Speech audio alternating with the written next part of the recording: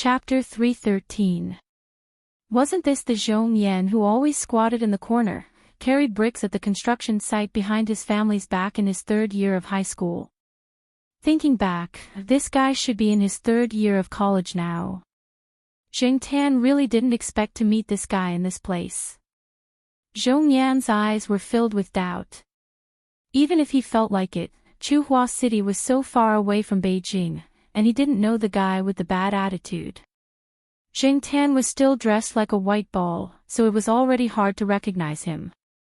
Now, it was even harder to be sure. Zhong Yan actually didn't think this was the cat he knew, but this cat's expression was too familiar. Even if he hadn't seen it for more than 2 years, among all the cats Zhong Yan had seen, this one was the most special. Look, it's even waving its paws at me. Is it really that cat? Should I ask this guy? While Zhong Yan was hesitating, Fang Wenjie, who had already gotten the reference book, turned around and saw someone standing behind him, staring at his backpack. He stared at him and said, "What are you looking at? Have you never seen a cat before?" Fang Wenjie turned around and was about to leave. After taking 2 steps, he heard a voice behind him, "Black charcoal." Hearing this, Fang Wenjie stopped and turned around to look at the person who had just spoken. Is it really black charcoal? Zhong Yan's eyes lit up, and the annoyance from the book being pushed away dissipated. You know it. Fang Wenjie was puzzled, and raised his hand to point at the backpack behind him. Yes, but isn't it in Chuhua City? Zhong Yan wondered if this cat had been sold to Beijing, but didn't they say that this cat had someone backing it when they were at the construction site? Hearing Zhong Yan say, Chuhua City, Fang Wenjie lowered his guard a little, but he wasn't sure. He took out his phone and called Fang Mengmeng, asking her to come over. The bookstore was too big, and there were too many people, so it was easier to contact her by phone. However, even a Jiao family might not be able to recognize all the people Zheng Tan knew. Many of the people he met while walking around didn't even know the Jiao family, let alone Fang Mengmeng. The 2 Fangs could only determine if they were acquaintances through Zheng Tan's attitude. Fang Wenjie's plan this afternoon was to buy some books and then sleep in the bookstore. It was too cold outside and he didn't want to move. When it was time, he would go straight to the restaurant to eat.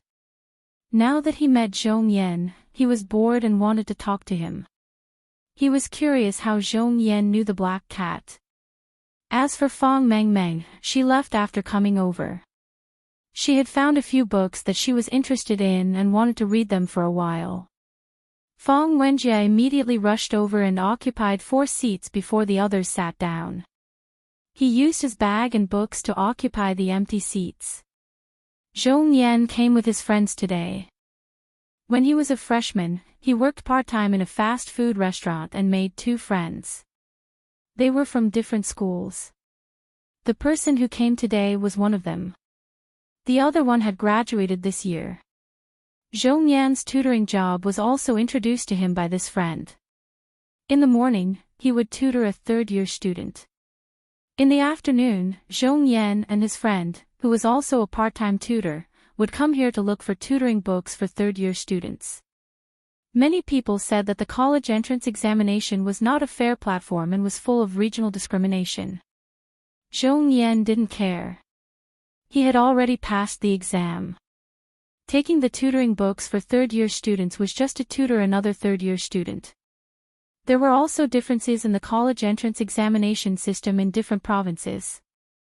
The types of questions, policies, preferences, and so on all had to be studied. After 2 years of tutoring, he wasn't used to it in the first year. However, it was much better in the second year. Zhong Yan was never a rigid person. He knew how to be flexible and could solve the problem. His reputation was good and the parents were willing to give him money. Zhong Yan's classmate was originally chatting with a girl. When he saw the situation here, he came over and the 3 of them started chatting. One of them said, "It's tough. We have to tutor during the holidays." The other 2 nodded. Yes.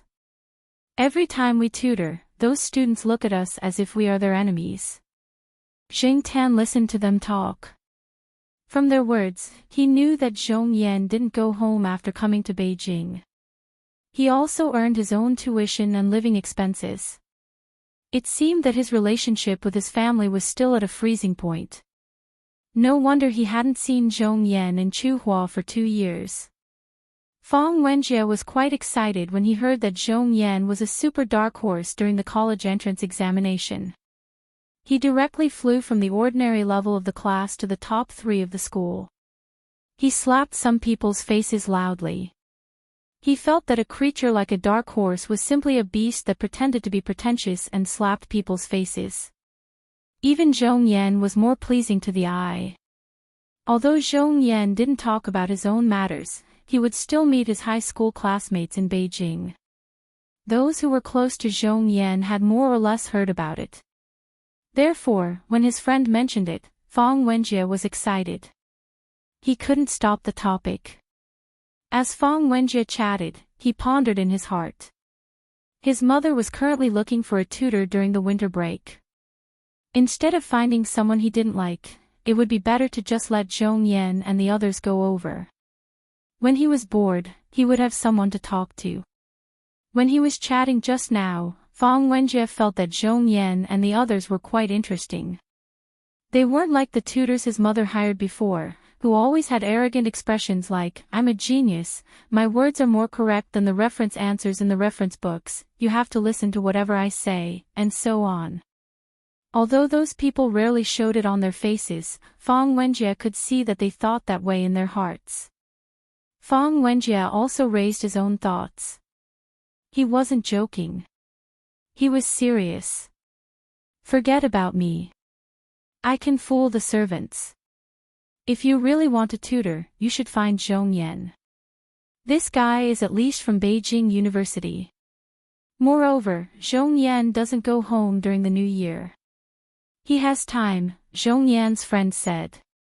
He could see that Fang Wenjie's family conditions were good. Although he would definitely make a lot of money if he took on this job, he also knew that the better the family conditions, the more the parents valued the school. Therefore, he could only politely decline to avoid being kicked out by the parents when the time came. Don't go home. That's just right. Zhong Yan, you don't have to take on other tutoring jobs during the winter break. Don't worry, my mother is absolutely generous with the money. Fang Wenjie's words were not wrong. His mother was indeed very generous to tutors. In addition to the remuneration agreed upon at the signing of the contract, she also gave out red packets from time to time. The money in the red packets was definitely not much less than the remuneration in the contract. This was also one of the reasons why Fang Wenjie was very displeased with those tutors. How could they have the face to receive red packets when they didn't produce results? Therefore, Fang Wenjie had an excuse to find fault with those tutors. The last tutor was directly scolded away by him. After all, most intellectuals were thin-skinned. Jing Tan felt that the people of the Fang family were very unreliable on the surface, but in fact, that was not the case.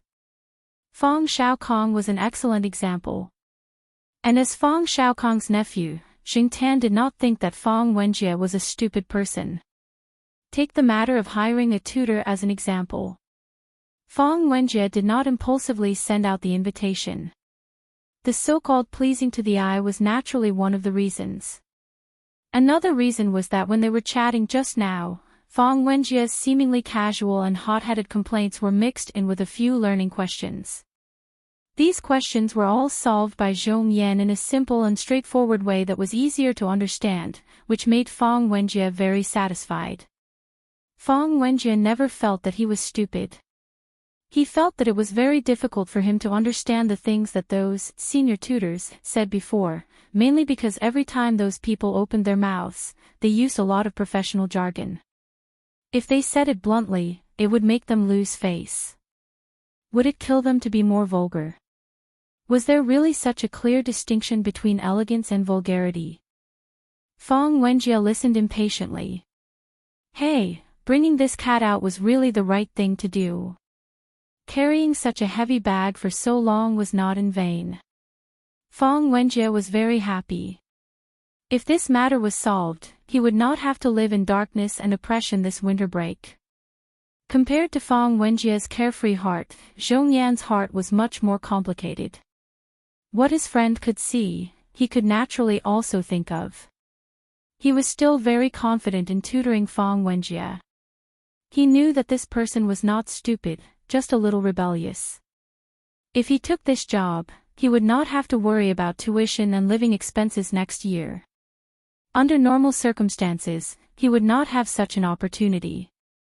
If he had not met the cat today and talked to Feng Wenjie, even if he was at Beijing University, he might not have been able to get into the tutor's good books. It could be seen from the disdain in Feng Wenjie's eyes when he talked about his previous tutor. Glancing at the black cat on the chair next to him, who was dressed like a polar bear and stretching its neck to look at something, Zhong Yan thought for a moment. It seemed that every time he met this cat, his luck was good. Meeting an old friend in a foreign land. Zhong Yan could finally understand the reason why the ancients put this as one of the 4 joys of life. This kind of feeling could only be deeply understood when one was really in that kind of situation. Even if this was the capital, Zhong Yan still missed home many times. When he occasionally heard the moonlight in the city, from more than 10 years ago, he would feel sad. Every time he called home, he was not very happy. He had not been home for 2 years, not even during the holidays. He just called to let them know that he was safe, and then continued to work, part-time, to earn tuition, and to study hard. He could not relax on either side. He had not officially stepped into society, but he already felt that his shoulders were heavy. It could be said that in the past 2 years of studying in Beijing, it was not easy. Classmates. Of course, he had met them. There were many schools in Beijing, and he often went out and met a few junior high or high school classmates, but their relationship was not very good. There were also 2 high school classmates who did not like Zhong Yan, the dark horse in the college entrance examination. When they met, they also mocked and ridiculed him, and then everyone went their separate ways. They were not old friends. Dark horse. Kind of. But even the biggest dark horse would become ordinary in Beijing, where there were so many talents. Everyone wanted to soar into the sky, but how many people could really do it? Zhong Yan once thought that he would be one of them after the college entrance examination, but after experiencing some reality blows, his confidence faded a lot. The world was very exciting, but also very helpless.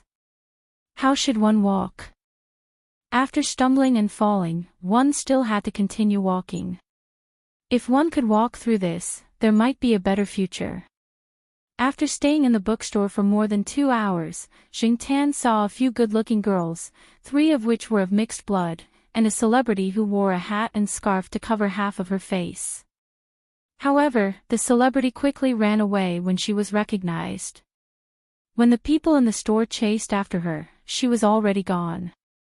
Feng Wenjie looked at the time and called Feng Mengmeng back. He pulled Zhong Yan and his friends to eat together. The target restaurant was a building with a more retro architectural style, like an ancient restaurant. There were even big red lanterns hanging outside. When they walked to the door, someone came out of the parking lot. Little Jia. A shout made Feng Wenjie, who was running in, stop. He looked over and immediately smiled. Yo, brother beast, when did you come back to Beijing? 2 days ago. I came here for some business. Qin Tao took out his phone that had been ringing. I'm here. Hurry up and order. I'm starving. Chapter 314.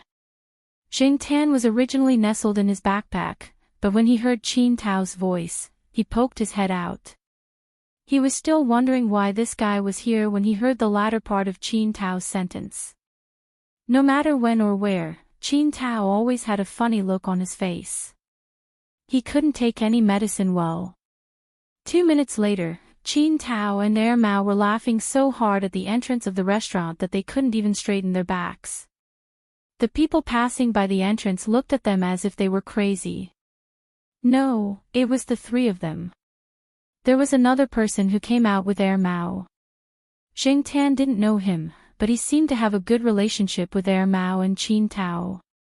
No matter how thick-skinned Fang Wenjie was, he couldn't help but feel embarrassed when so many people stared at him strangely. His level was far below Air Mao and Qin Tao's. As for Fang Mengmeng, she had already taken a few steps back when Qin Tao started laughing. She separated herself from Fang Wenjie and looked elsewhere to show that she wasn't with these jokers. Zhong Yan and his friends were a little embarrassed. They didn't know how to react. Their skin hadn't been worn out yet. Qin Tao and Air Mao came to Beijing to attend a friend's wedding. They came here 2 days in advance for the gathering, but they didn't expect to meet Jing Tan and the others today. They also saw Jing Tan wrapped in a jacket that didn't match his style. "I say, Black Coal, how did you get yourself into this?" As Air Mao spoke, he reached out and tugged at the bear ears on the polar bear hat. With his other hand, he took a few photos to show to his wife and Lulu. And he would also buy some new clothes for Black Rice. Jing Tan couldn't be bothered with these two, but he was puzzled. Air Mao was fine, but how did Qin Tao recognize him at a glance?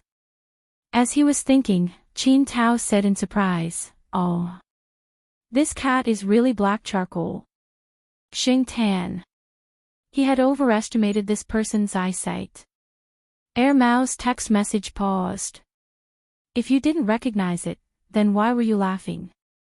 He laughed because he was used to the black cat's serious look. When he was in Chuhua City, he didn't see the cat wearing anything except a vest. Today, when he saw the cat's outfit, Air Mao couldn't help but laugh. It was like seeing a strong man wearing a doll's outfit. The contrast was too big. "I think this cat looks stupid. It's obviously black, but it's wearing white," Qin Tao said. Thinking that the cat in front of him was the black cat from Chuhua City, Qin Tao, who had just stopped, started to laugh again. Hearing from Fang Wenjie that Jing Tan had come to Beijing to film a documentary, Air Mao and Qin Tao were very surprised. At the same time, they also expressed that they would definitely support him when the time came and promote him. Not only Qin Tao and Air Mao, but Zhong Yan also heard it. He thought that when the film was released, he would go to the school and the surrounding school forums to promote it. The forums of these universities were quite popular. He believed that the effect would be good. The film hadn't been released yet, and Yang Yi and Xiaogua hadn't started promoting it, but the advertisement had already been released. Although documentaries rarely had the same celebrity effect as movies and television dramas, and there were also very few people who could be recognized by the audience. Most of them were unknown people. However, Yang Yi probably wouldn't have thought that Jing Tan's trip would bring about an advertising effect. Probably finally feeling embarrassed, the group walked into the restaurant. Air Mao wanted to ask Fang Wenjie not to book a separate room and ask him to join them.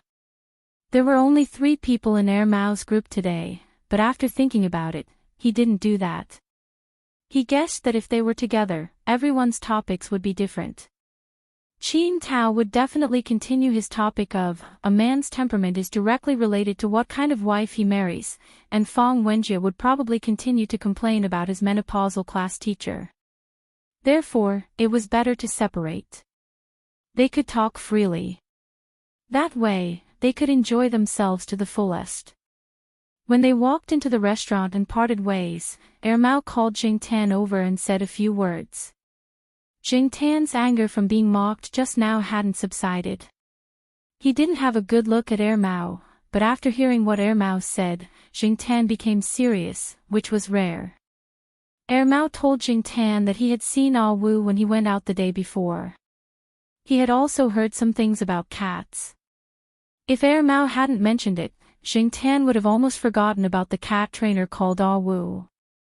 Probably because of the series of activities held in Beijing next year, the relevant departments accelerated the investigation of some criminal cases, as well as those potential threats.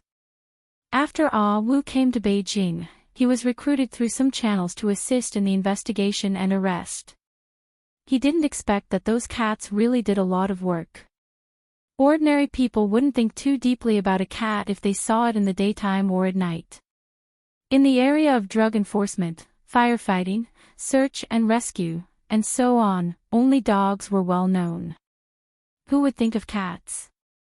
When he was caught, he didn't know what went wrong and exposed himself. Mao was just reminding him. He didn't think that Jing Tan would get involved in this. It was also a reminder. He didn't want Jing Tan to be tricked and used as a tool, especially by that Wu guy. This was not Chuhua City. There was no one to protect Jing Tan. If something happened, they might not be able to find help in time. After all, it was just a cat. It had no human rights and was not protected by the law. It would die in vain. If something really happened, the Jiao family would probably cry until they fainted in the toilet. Fong Mengmeng and Fong Wenjie definitely hadn't heard of this kind of thing. If he hadn't met Mao today, Jing Tan wouldn't have known. However, even if Jing Tan knew now, he didn't think that he would have anything to do with Wu and those people.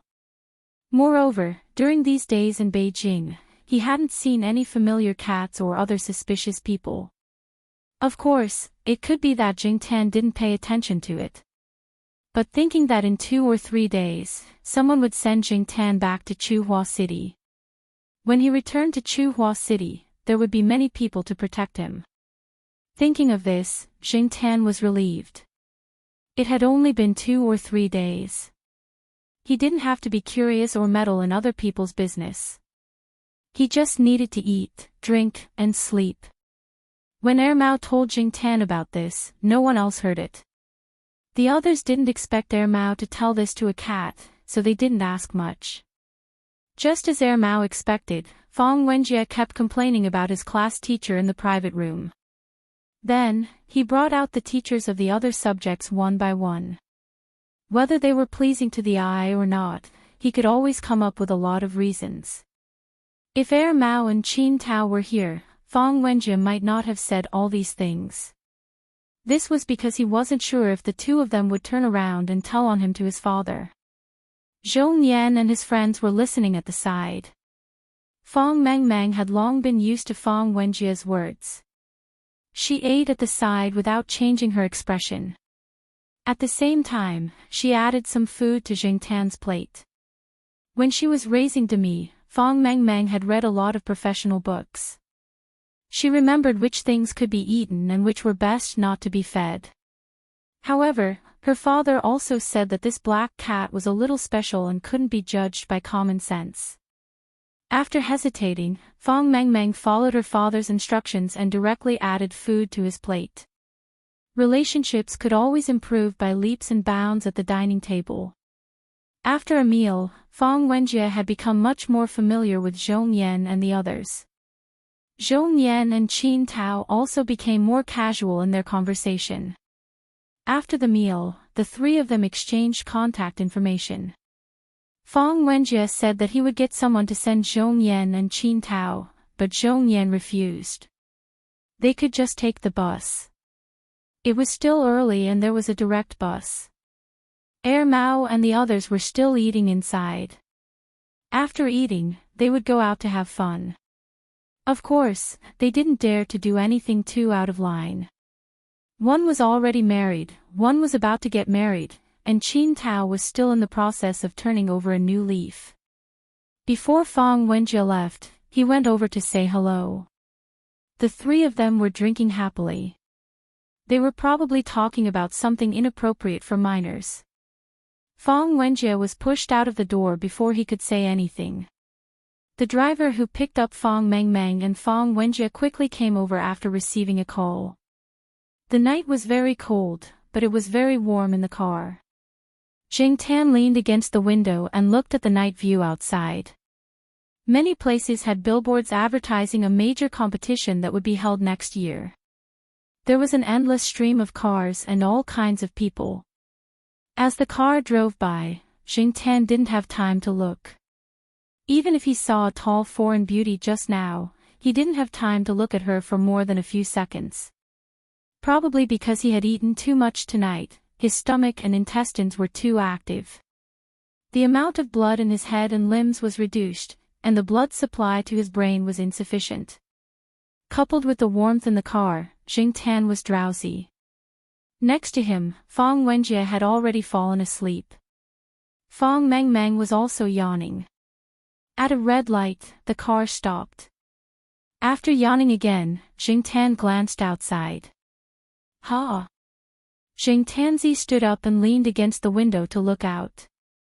3 meters away from their car, there was a row of stone piers on the sidewalk. At this moment, a cat was squatting on one of the stone piers. It was a cat with a white body and a black tail. There were many cats with this color of fur in the world, but Jingtian could still confirm at a glance that this was the cat that he had seen beside Ah Wu before. He remembered that it was called Longan or something. The car window was covered with a film, so the people outside couldn't see the figure in the car. Longan naturally couldn't see Jingtian either. She remembered that there used to be 2 other cats around this cat, called Lotus Seed and Babeo. However, when Jingtian leaned against the window and looked around carefully, looking for the figures of the other 2 cats, the car moved, and soon, Longan's figure could not be seen. The coolness of the car window made Jingtian sober. According to the information revealed by Air Mao, Jingtian guessed what Longan and the others were doing. Drug enforcement. Chasing after criminals. It was really possible. When they met in the past, the 3 of them were almost tamed, so it was reasonable for them to do something similar. Jingtian himself had participated in similar operations. No matter what they were doing, Jingtian felt that it had nothing to do with him. In 2 or 3 days, he would return to Chuhua. The matters in Beijing had nothing to do with him. Therefore, Jingtian quickly put these matters to the back of his mind. The driver first sent Fang Wenjie home, then sent Fang Mengmeng and Jingtian back. When they arrived at Fang Mengmeng's house, Jingtian saw Dami running outside. In front of Dami, a pug wearing a small cotton-padded jacket was running around with its tail between its legs. After hearing the sound of the car, Dami ran over and stopped chasing the pug. The pug barked a few more times, bluffing. When Dami took 2 steps in that direction, the dog immediately ran away. When Dami stopped, it continued barking. Dami, you bullied it again. Fang Mengmeng picked up Dami who ran over. Jingtian saw clearly that Dami's paws were still holding the dog's fur. It seemed like Dami was actually quite ferocious, just like its father. When it came to fighting, it was definitely good. Chapter 315. At the end of the year, Fang Xiaokong was especially busy. Although he was usually busy, he would take a day off every week to relax. Now, he had no time at all. Even when he called Fang Mengmeng, he was in a hurry. Fang Xiaokong arranged for someone to send Jingtian back to Chuhua. The exact date was also confirmed. Because of some last-minute matters, it was pushed back by 2 days. However, it was only 2 days. Jingtian could afford to wait. Jingtian yawned on the sofa and looked at the date on the calendar. Fortunately, he could go back the day after tomorrow. For the past few days, Jingtian had been holed up indoors, eating and sleeping. He did not go out. Firstly, it was too cold outside. Secondly, it was because of what Air Mao had said. Therefore, Jingtian decided to laze around indoors to avoid any trouble. In the afternoon, Fang Mengmeng came home from school. After dinner, she informed her mother and went out. There was a model competition in her school. Recently, she had been discussing with 2 of her classmates. Fang Mingming's 2 classmates also lived in this villa area. It was convenient for them to form a group to discuss things. Demi followed Fong Mengmeng out. Every day, Demi would come back with a few short strands of dog fur in its paws. The pug that Jingtan saw being chased by Demi that night was the target of Demi's bullying. Black Charcoal, let's go out together. It's time to move around. Look, you've put on weight these few days. Fong Mengmeng looked at Jingtan on the sofa and said before leaving. Fat. Really? Muscles. Jingtan looked down and did not feel fat. However, compared to the days when he was filming the documentary, he did grow a little. It was mainly because filming the documentary was more tiring. After that, he followed the filming crew everywhere and lost some weight. After filming, he did not have to do anything at Fong Mingming's house. He only cared about eating and sleeping. The weight that he lost immediately grew back. However, it was true that he did not move much. After thinking for a while, Jingtan decided to follow Fong Mengmeng and Dami out for a walk. He would treat it as a chance to digest his food. It should be fine to just walk around the villa area. He could also take a look at how the children were going to fix the models. This time, Jingtan didn't wear the polar bear costume that had been mocked by Ermao and Qin Tao. Anyway, he wasn't going to travel far. As long as he was nearby, he didn't want to wear that. Otherwise, he would be laughed at by others. After leaving the house, the difference in temperature between the outside and the outside made Jingtan shiver. Looking at the rice beside him that was not affected at all, Jingtan sighed in his heart. There was nothing he could do, he could not be envious. Compared to summer, the fur on Demi's body was much thicker in winter. It was already much stronger than other cats, but now it looked even stronger and stronger. It was no wonder that a few cats in this residential area ran away when they saw Demi. They were probably bullied before. Fong Mengmeng wrapped herself in a scarf and brought Jingtan and Dami to her classmate's house. After walking for less than 5 minutes, they arrived at a European-style villa. Instead of pressing the doorbell, they stood below and shouted. Chu Leia. When Jingtan first heard this name, he thought that she was calling for someone to come out. Later, he found out that it was the name of a mixed-race girl who was one of Fong Mengmeng's classmates and model team members. After Fong Mengmeng shouted twice from below, Chu Leia came out with a small bag. Whose black cat is this? Chu Leia asked Jingtan, who was standing next to Fong Mengmeng and Dami. My dad's friend's cat. My family's Dami's, elder. Fong Mengmeng heard Fong Xiaokong say the word elder when she was on the phone with Fong Xiaokong. Later on, when she introduced Jingtan to others, Fong Mengmeng would add this phrase. Elder. Chu Leia walked and looked at Jingtan curiously. But it's not as tall as Dami. Jingtan was speechless. He felt like he had been stabbed in the chest. They're not related by blood. They're of different breeds. You can't compare them, Fong Mengmeng explained. Oh, that's true. Chu Leia nodded and did not add insult to Jingtan's injury. The two walked along the road for about 10 minutes and came to a villa. This time, Fong Mengmeng did not shout from below. Instead, she walked to the door with Chu Leia and pressed the doorbell. Woof woof woof woof woof woof. As the doorbell rang, the dog inside barked. Jingtan knew that it was the pug that was always bullied by Dami. Soon, the door was opened. A boy about the same age as Fong Mengmeng and Chu Leia opened the door with a biscuit in his mouth. This should be the other member of Fong Mengmeng's team, the boy named Ho Junyi. I'm late. Ho Junyi opened the door.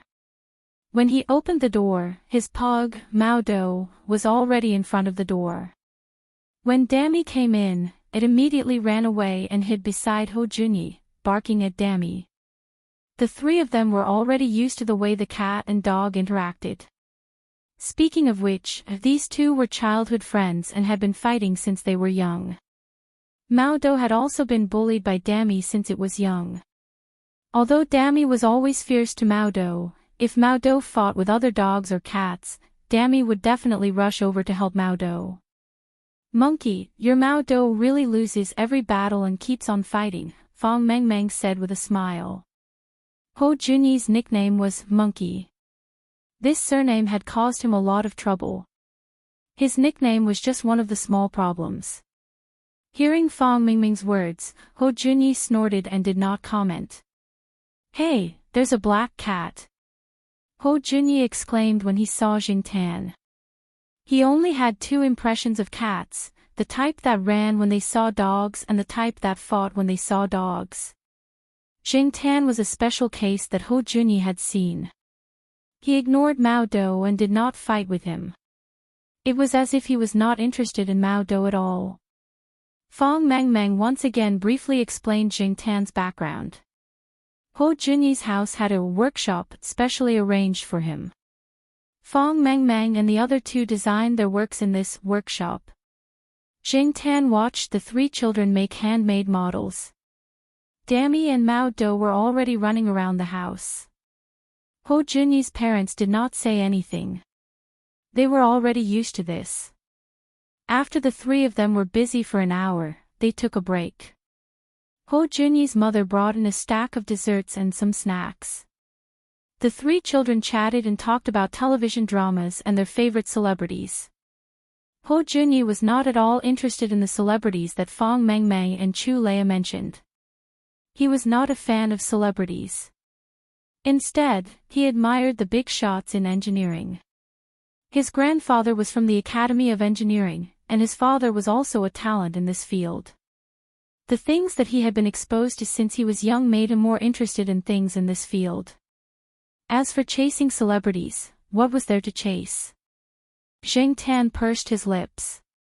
This kid was still young. Naturally, he did not know why certain female celebrities and actresses were so popular with men. As for the male celebrities that Fang Mengmeng and Chu Leia mentioned, Jing Tan expressed that he was only interested in things like axe photos. Because Ho Junyi's facial expression was too obvious, after Fang Mengmeng mentioned the names of a few idols, she asked Ho Junyi, "What's with that expression? Don't you like them?" "I don't like them," Ho Junyi said firmly. "Jealous men are the ugliest." Chu Leia sneered. Jing Tan was speechless. Why did it sound so awkward when these words came out from the mouth of a little girl younger than little Pomelo? Ho Junyi's face turned red. "I'm not jealous. There's nothing to admire about them in the first place. Just like that Xiao next door. I don't like him." "Xiao?" Fang Mengmeng and Chu Leia looked at Ho Junyi at the same time. "Doesn't your neighbor own a company?" "No, how long ago was that?" "The house was transferred to that Xiao 3 years ago," Ho Junyi said. "What Xiao?"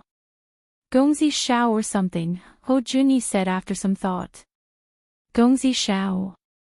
Jing Tan felt that the two girls' eyes began to light up when they heard Gongzi Xiao. Jing Tan and Ho Junyi could not help but move back a little. Knowing that Gongzi Xiao lived next door and might be at home today, the two girls could not help but stand up immediately. They could talk about the model tomorrow. Gongzi Xiao was not that easy to bump into. Otherwise, they would have known that Gongzi Xiao lived next door to Ho Junyi for the past 3 years. The two girls scolded Ho Junyi for not being loyal enough. Gongzi Xiao had lived here for 3 years, and Ho Junyi only mentioned it now. Ho Junyi was also aggrieved.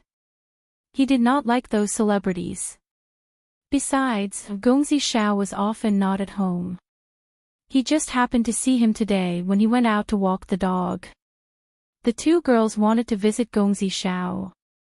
Ho Junyi, who was in a bad mood, was dragged along. Jing Tan followed them. Speaking of Gongzi Xiao, Jing Tan was quite familiar with this person. This person became popular in the past 2 years. Gongzi Xiao was the name of one of the characters this person played. Moreover, this person's name also had the word Xiao in it. Later on, he was called Gongzi Xiao by his fans. This person starred in a few good TV series, some in ancient times, some in modern times. When he was in the Zhao family, Jingtan and Zhao Ma watched this Gongzi Xiao's TV series together. From his past roles in TV series and the management and promotion of entertainment and public relations, many people felt that this Gongzi Xiao was a good-looking, good-natured, considerate, humorous, and handsome young man. It could be said that his fans ranged from 8-year-old girls to 80-year-old old ladies. In the popular ancient TV series that aired in the first half of this year, this Zhao Ma would sit on the sofa and wait for the TV after washing the dishes and sweeping the floor every night. Since the two children wanted to ask for autographs, Jingtan thought about asking for one when he had the chance. When he returned to Chuhua City, he would give it to Zhao Ma. Although Zhao Ma had passed the age of fanaticism, an autograph from a favorite celebrity would definitely make her happy for a long time. It was rare for him to come to Beijing, so this trip was not in vain. Actually, Jingtan felt that people like Fang Mengmeng only needed a word from her father to get an autograph or photo. But obviously, these children might not have realized this yet. When they went downstairs, Ho Junyi's father saw that the three of them were about to go out and asked, "Going out?" "Yes, going out for a while. I'll send them home later," Ho Junyi said. Ho Junyi's father nodded and did not say anything else. He only said, "Don't go too far at night." "I know." Ho Junyi really did not want to tell his parents about the embarrassing thing of asking for an autograph from an idol. Seeing that the young master was going out, Mao Dou immediately squeezed out before the door was tightly shut. Demi was also quick and was one step ahead of Mao Dou. 3 people, 2 cats, and a dog stood in front of Gongzi Zhao's house. Ho Junyi was pushed forward to press the doorbell. There was a room upstairs with a light on. There was someone in the house. After waiting for a minute, he did not hear any movement inside. He pressed the doorbell again, but still no one came to open the door. Ho Junyi turned around and was about to ask the two of them to give up, but when he saw the disappointment in their eyes, he braced himself and pressed the doorbell again. Just as Fang Mengmeng was about to give up, the door opened. The person who opened the door was a good-looking young man in his 20s. He was wearing a sweatshirt and there was a little sweat on his forehead. He looked like he had just finished exercising. Chapter 3:16. When Gong Zixiao saw the 3 children at the door, he was surprised.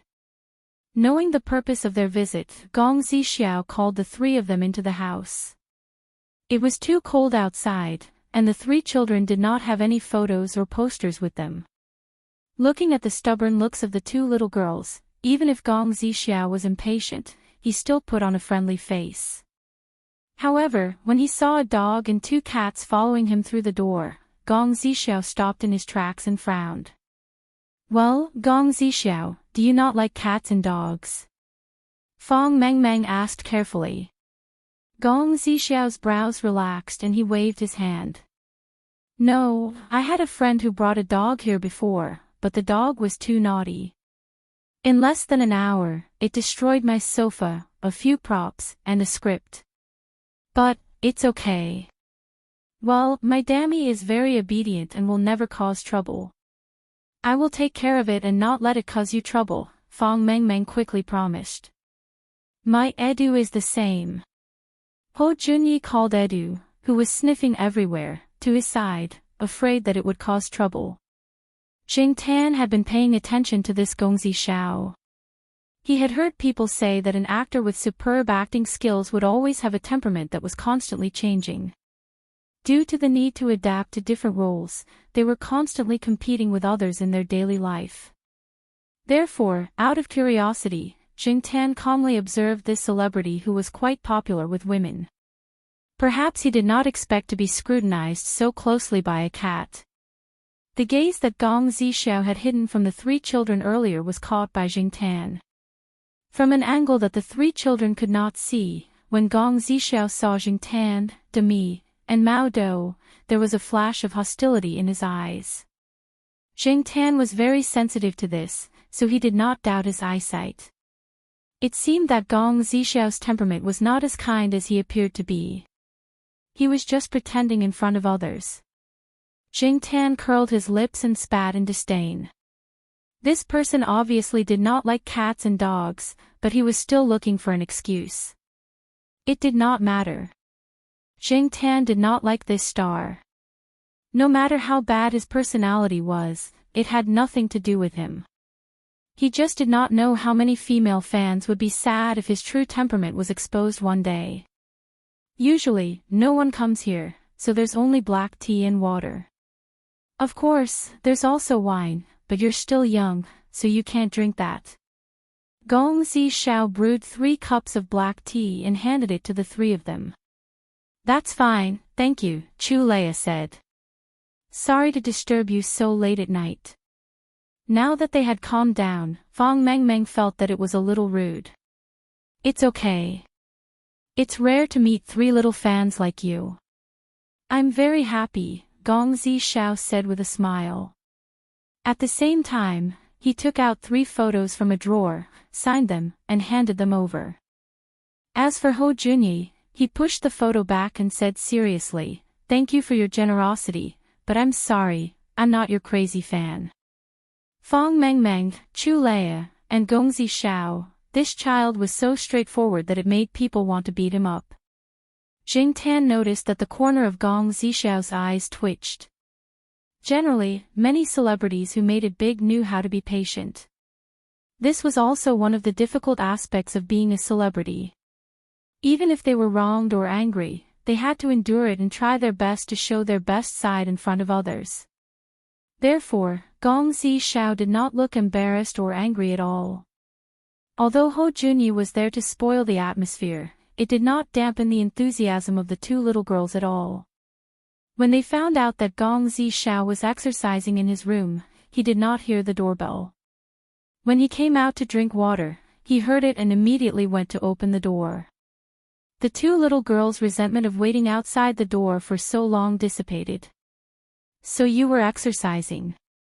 I heard that actors have to maintain their figures. Do you really have 8-pack abs? Do you really know how to fly a fighter jet? Do you really not use a stunt double for your action scenes? Gong Zhixiao did not show any impatience with the series of questions. He answered them one by one with a gentle look on his face. The pursuit of fans brought a lot of trouble to celebrities. However, if there were no fans, the celebrity's fame would probably not be that great. So, was this the legendary pain and happiness? Ho Junyi looked at Fang Mengmeng and Chu Leia and shook his head. He really could not understand. The IQ of these 2 crazy fans had plummeted to negative numbers. How could they fly a fighter jet? *T. How could they believe what they saw on TV? By the way, Gong Zhixiao, I heard that your next film is about urban zombies. I've seen the style in it. It's so cool. Chu Leia said with a red face. The 3 of them were talking about the new film starring Gong Zhixiao that would be released during this winter break. Ho Junyi coughed, intending to make his presence known. Actually, the so-called vampires and zombies don't exist. They're all stories adapted from the fantasy of Porphyria. They suck blood and eat human flesh, and they're afraid of light. Wasn't there a film some time ago where a Porphyria patient hid human organs in his refrigerator? As he said that, he glanced at the refrigerator beside him. Fang Mengmeng, Chu Leia, and Gong Zhixiao were speechless. Jingtan noticed the corner of Gong Zhixiao's eyes twitching again. Gong Zhixiao was silent for a few seconds. Then, he smiled, got up, walked to the refrigerator, and opened the large double doors. I don't have those scary things here. There was not much in the refrigerator. There were only some fresh-looking fruits in the freezer. When Gong Zhixiao took out the fruits for the 3 of them, closed the refrigerator door, and turned around, Ho Junyi spoke again. Have you heard of the refrigerator philosophy? The trash bin and refrigerator can reflect a person's attitude towards life. The things stored and decorations can reveal a person's personality. So, according to my deduction, Gong Zishao doesn't cook by himself. Chu Lei immediately defended himself. Gong Zishao is so busy. It's understandable that he doesn't have time to cook. Besides, there's a good saying, a gentleman stays away from the kitchen. It's a gentleman stays away from the kitchen. And it doesn't mean that he doesn't cook. It mainly means that he doesn't want to enter the kitchen because he can't bear to see someone kill. That's why my dad said that people who say such things are hypocritical and irresponsible hypocrites. They eat the meat in their bowl and complain that others are cruel. Fang Mengmeng, Chu Lei, and Gong Zishao were speechless. Anyone would think that he was scolding Gong Zishao for being hypocritical and irresponsible. Fang Mengmeng and Chu Lei wished they could go up and kick Ho Junyi. They really regretted bringing Ho Junyi along.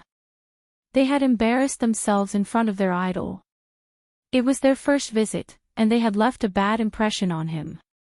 Jing Tan could almost see the group of troublesome children in the east courtyard.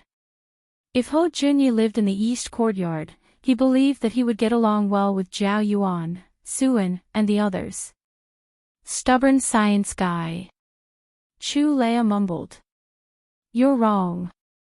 I'm more inclined towards engineering. Science is different from engineering, Ho Junyi corrected her. Jing Tan saw Gong Zishao looking down and rubbing his right thumb and index finger together. He had no idea what he was thinking. Perhaps Gong Zishao was unhappy with Ho Junyi's words. Looks like I'll have to learn how to cook in the future. Gong Zishao looked up and smiled at the three of them. Little Ho, you know a lot of things. You're also very observant. Jing Tan did not know if he was overthinking, but he felt that Gong Zishao's last sentence had a deeper meaning. There was a heater in the house, but Jing Tan suddenly felt a little cold. Ho Junyi was quite proud of himself. He looked around and pointed at the floor-to-ceiling window not far away. Is that the dimmer glass? Yes, little Ho even knows about this. How surprising, Gong Zishao said in a casual tone. Jing Tan felt even colder. He was a little confused and felt that the atmosphere was not right. However, seeing that the three children were still the same, Jing Tan wondered if he was overthinking and being paranoid. He looked around and saw some items of different sizes on a display shelf not far away. He heard that they were all gifts from fans. There were dolls, crystal items, commemorative shirts, and so on. Jing Tan jumped onto the display shelf and saw a cat toy that looked like Huang's. He looked closer and saw a small note on it. It was a message from a fan. A photo of the display shelf had been published on the internet. It made the fans even more loyal to Gong Zishao. After all, it also showed how much their idol valued them. As he looked, Jing Tan heard Gong Zishao talking to Fang Mengmeng and the others about cats. He sounded quite professional. Because I don't spend much time at home all year round, I don't have any pets like cats or dogs. By the way, I saw a dragonly cat on the wall of my house yesterday, but it didn't eat the food I gave it. Oh, there's another one. I saw it when I went home last week. It had a white tail and a black cat, but it ran away when I got close, Gong Zishao said. Fang Mengmeng frowned. I've never seen such a cat around my house. I don't know whose it is. Maybe I can find it and make friends with Dammy, Pa. Before Fang Mengmeng could finish her sentence, she heard the sound of something shattering on the display rack. She was shocked and looked over. Only then did she realize that a crystal cup on the display rack had fallen to the ground and shattered. At that moment, there was only a black cat standing on the display rack. I'm really sorry. I apologize to you on behalf of Black Charcoal. I'm willing to compensate. Fong Mengmeng looked at Gong Zhixiao nervously. She was afraid that he would be angry at Jing Tan because of this. At the same time, she also asked Jing Tan to quickly get down from the display shelf. Ignoring Fong Mingming's words, Jing Tan felt a chill run down her spine. If the dragonly and the cat with a white body and a black tail that Gong Zhixiao had mentioned were Lotus Seed and Longan, this Gong Zhixiao was very likely problematic. It wasn't an illusion just now. Jing Tan looked at Gong Zhixiao again. Before Jing Tan could think more, he heard Edamame's cry. The four of them were too focused on their conversation and didn't notice Edamame, who had slipped away from Ho Junyi's feet and wandered around. Hearing Edamame's cry, Jing Tan was keenly aware of the murderous aura that suddenly appeared on Gong Zhixiao's body. Dami, who was originally obediently nestled next to Fong Mengmeng, was now staring at Gong Zhixiao. However, the three children didn't notice anything. When Edamame started to cry, Ho Junyi got up from the sofa and ran to the place where the sound came from. He was worried that Edamame would cause trouble in the house. This time, Dami didn't join in the fun because of Edamame's cry. It stayed by Fong Mingming's feet and was very vigilant. Chapter 317. Fong Mengmeng and Chu Leia followed Ho Junyi in that direction. Demi followed closely beside Fong Mengmeng, Gong Zhixiao walked behind them, and Jing Tan was at the back. Jing Tan had a bad feeling about the conversation between Gong Zhixiao and Fong Mengmeng. He was so shocked that he accidentally knocked the crystal cup to the ground when he turned around. Before Jing Tan could figure out how to deal with it, Edamame started barking. In order to observe Gong Zhixiao better and prevent him from suddenly doing anything threatening, Jing Tan walked at the back and kept an eye on Gong Zhixiao. During their conversation, Gong Zhixiao had said that he was the only one in the house. Therefore, Gong Zhixiao was undoubtedly the most threatening person. What Jing Tan needed to do now was to keep an eye on this person. Fortunately, Gong Zhixiao did not seem to care about Jing Tan. He only paid attention to the three children running in front of him. When Jing Tan went over, he saw Edamame at the end of the corridor on the first floor. There was a tightly shut door at the end of the corridor. The door probably led to the workshop. Beside the door was a metal shelf placed in a corner. At that moment, Edamame was roaring in front of the shelf. It seemed like there was something hidden under the shelf. From time to time, he would use his claws to scratch at the shelf. Jing Tan had been paying attention to Gong Zhixiao's expression. After seeing Edamame's situation, Gong Zhixiao's eyes flashed. He rubbed his right thumb and index finger together and then stuffed it into the pocket of his sports jacket. Seeing this, Jing Tan's heart skipped a beat. He was afraid that there was an offensive weapon in his pocket. Edamame. Ho Junyi ran over and tried to pick Edamame up. However, Edamame was very persistent under the shelf. When Ho Junyi came over to pick him up, he struggled a few times and knocked against the shelf. "Ah! A rat!" Chu Leia exclaimed.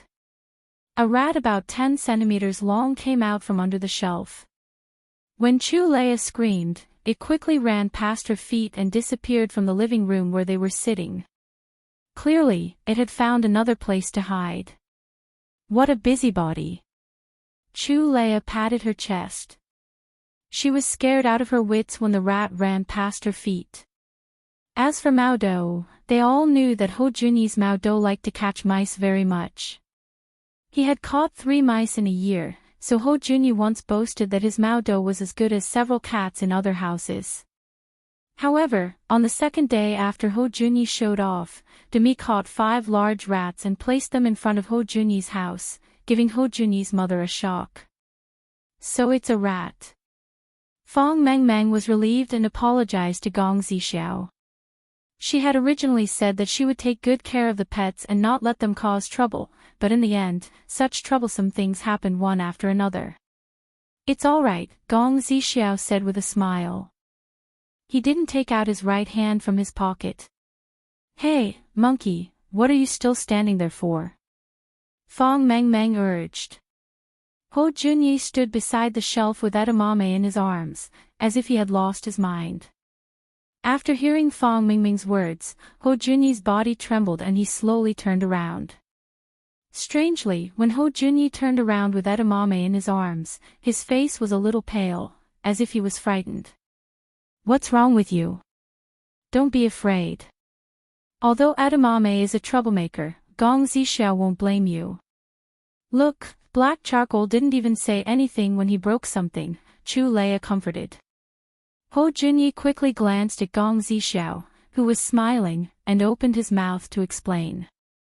He closed it again, hesitated, and then said, "I want to go home."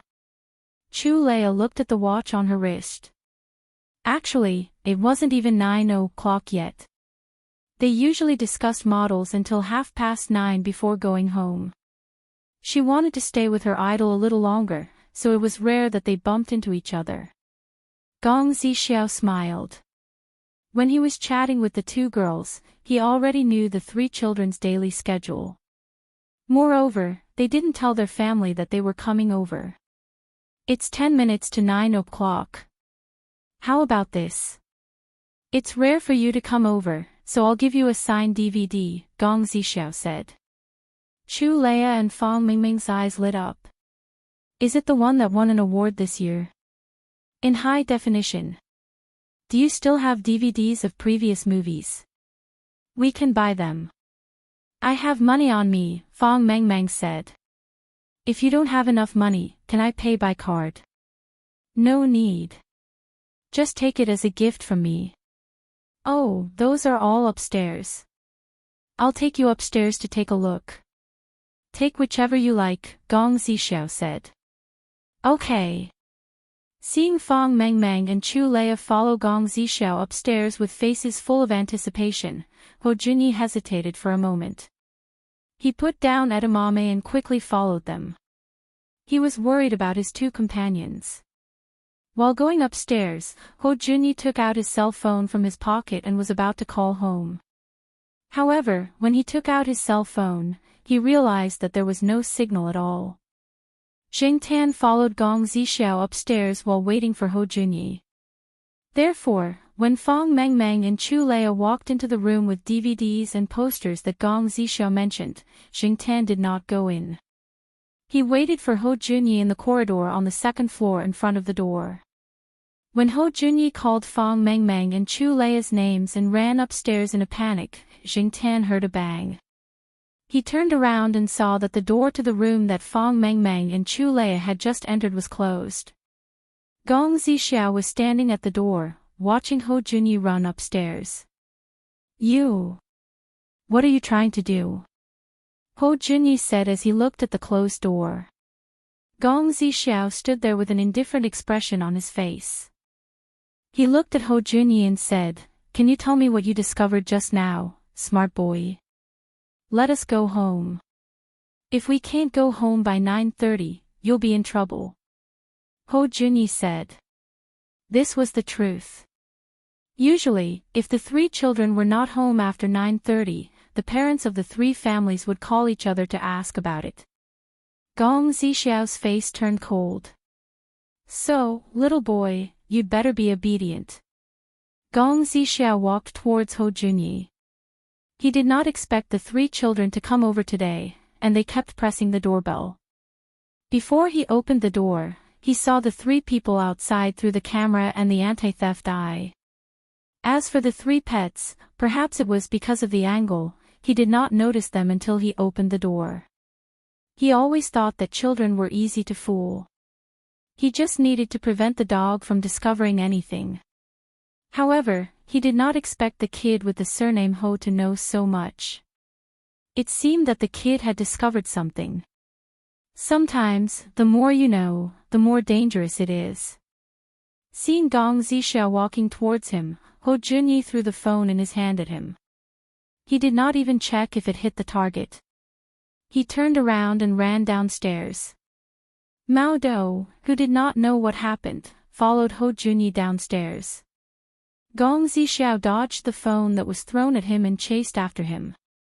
Jing Tan put his ear to the door and listened carefully to the movements of Fong Mengmeng and Mao Dou, who were locked in the room.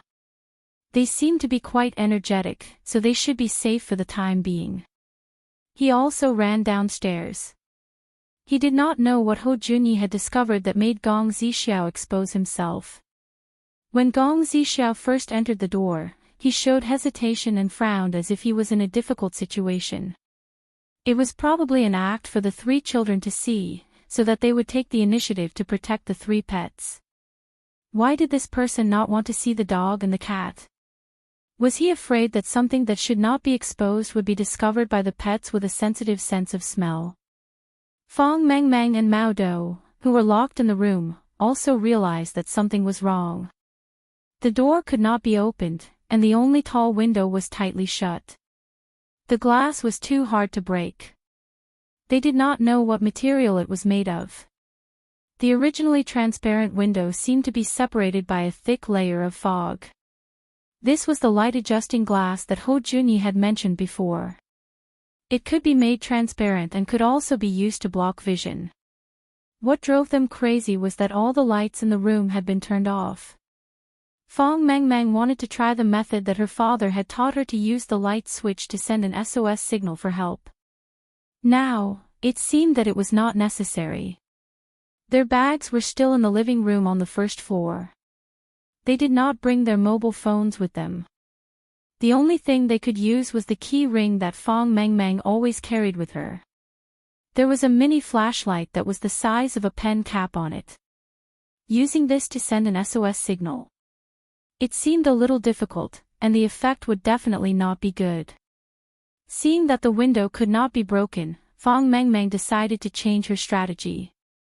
After looking around with the mini flashlight, she set her eyes on the louvered vent on the wall. However, this vent seemed to be too small. Even if they smashed the vent open, they might not be able to squeeze in. They also did not know where this vent led to. After all, they were only two children. Although they were very scared and could not think of any good ideas at the moment, it was still much better than other children who only knew how to cry. Chu Leia followed Fong Mengmeng and smashed the vent with something as she screamed for help. However, the people outside the house might not be able to hear their screams. The soundproofing was very good, to begin with. In addition, there was a world-famous song playing outside the house. Although the sound was not loud, it was just enough to cover the soft cries coming from inside the house. On the other side, Ho Junyi, who had run downstairs, wanted to quickly call for help to save his two companions. However, when he went downstairs, he realized that both the windows and the door could not be opened. The huge floor-to-ceiling windows were all tightly shut and blurred, isolating the house from the outside world. Ho Junyi ran towards the living room, hoping to find something that could help. However, he was too scared. In his hurry, he did not notice that there was another person who was running from the door to the living room. He staggered and fell. When he looked back, he saw that Gong Zixiao, who was holding a golf club, was less than 3 meters away from him. His pupils constricted, and his smart mind went blank. If Gong Zixiao took 2 more steps forward, he would be able to catch the kid who was causing him trouble. However, at that moment, he suddenly felt someone grabbing his clothes from behind and flinging him to the side. It was too sudden. Gong Zixiao did not expect anyone to be behind him. All his attention was on Ho Junyi and the dog beside him, so he did not take any precautions against the person behind him. Bang! Chapter 318. After kicking Gong Zixiao to the ground, Jing Tan kicked him twice more, making him unable to stand up. Then, he stepped on his face, jumped to the side, and kicked the golf club that had been separated from Gong Zixiao's hand towards Ho Junyi. When Edamame saw Jing Tan kicking Gong Zixiao, it rushed up and bit Gong Zixiao's leg. Of course, compared to Niu Zhuangzhuang, Edamame was considered gentle. It was not as bloody as the time when Niu Zhuangzhuang bit the thief. After the bite, the dog was probably not used to biting people. Then, it turned to gnaw on Gong Zixiao's trousers and shoes. Finally, it found some feeling and started to bite more vigorously. After Jingtian jumped to the side, he saw that Hou Junyi was still in a daze. There was no reaction at all, and Hou Junyi was staring straight at Jingtian. Jingtian immediately glared. F***ck, is this kid scared silly? I already kicked him down and kicked the golf club to you. Why don't you pick up the golf club and hit the enemy? Don't you know what it means to take advantage of your weakness to take your life? You haven't fought before, right? Jingtian would never have thought that when he kicked Gong Zixiao, what appeared in Hou Junyi's mind was not confusion, nor was it saved, nor was it because he was scared silly as Jingtian thought. Instead, it was a diagram of the breakdown of force. Moreover, according to Gong Zixiao's reaction and movements, it estimated the approximate amount of force used by Jingtian. It was precisely because of this that Hou Junyi was stunned. Because the result did not conform to common sense. How could a cat have so much strength? After calculating it once, it recalculated it twice, and the result was the same all 3 times. Unbelievable, dumbfounded. Little Hou Junyi's mind was currently running like a herd of alpacas. If Jingtian knew what Hou Junyi was thinking, he would definitely run up and give him a few kicks. F***ck, at such a tense moment, this kid actually had the time to do a physical and mechanical analysis. Did he learn to be stupid? However, Hou Junyi soon came to his senses after hearing Edamame's roar. He looked at Gong Zixiao, who was struggling to stand up, and picked up the golf club with trembling hands. When Gong Zixiao looked at him with red eyes, Hou Junyi gritted his teeth and swung the club. Bang! The big star was hit on the head, and tragically fainted. Seeing this, Hou Junyi was very scared. He was afraid that he would knock someone to death. After waiting for a while and seeing that the person lying on the ground did not respond, he trembled and moved closer. He put his finger on Gong Zixiao's wrist to feel her pulse and then let out a long sigh. Luckily, he was only fainted, and no one died. This should be counted as his self-defense, right? Edamame was still biting Gong Zixiao's trousers, shaking its head and tearing it apart. It made a low whining sound in response to Gong Zixiao's kicks. But now, even if it bit his pants, it wouldn't have any attack power. No matter how hard he tried, no one would kick him.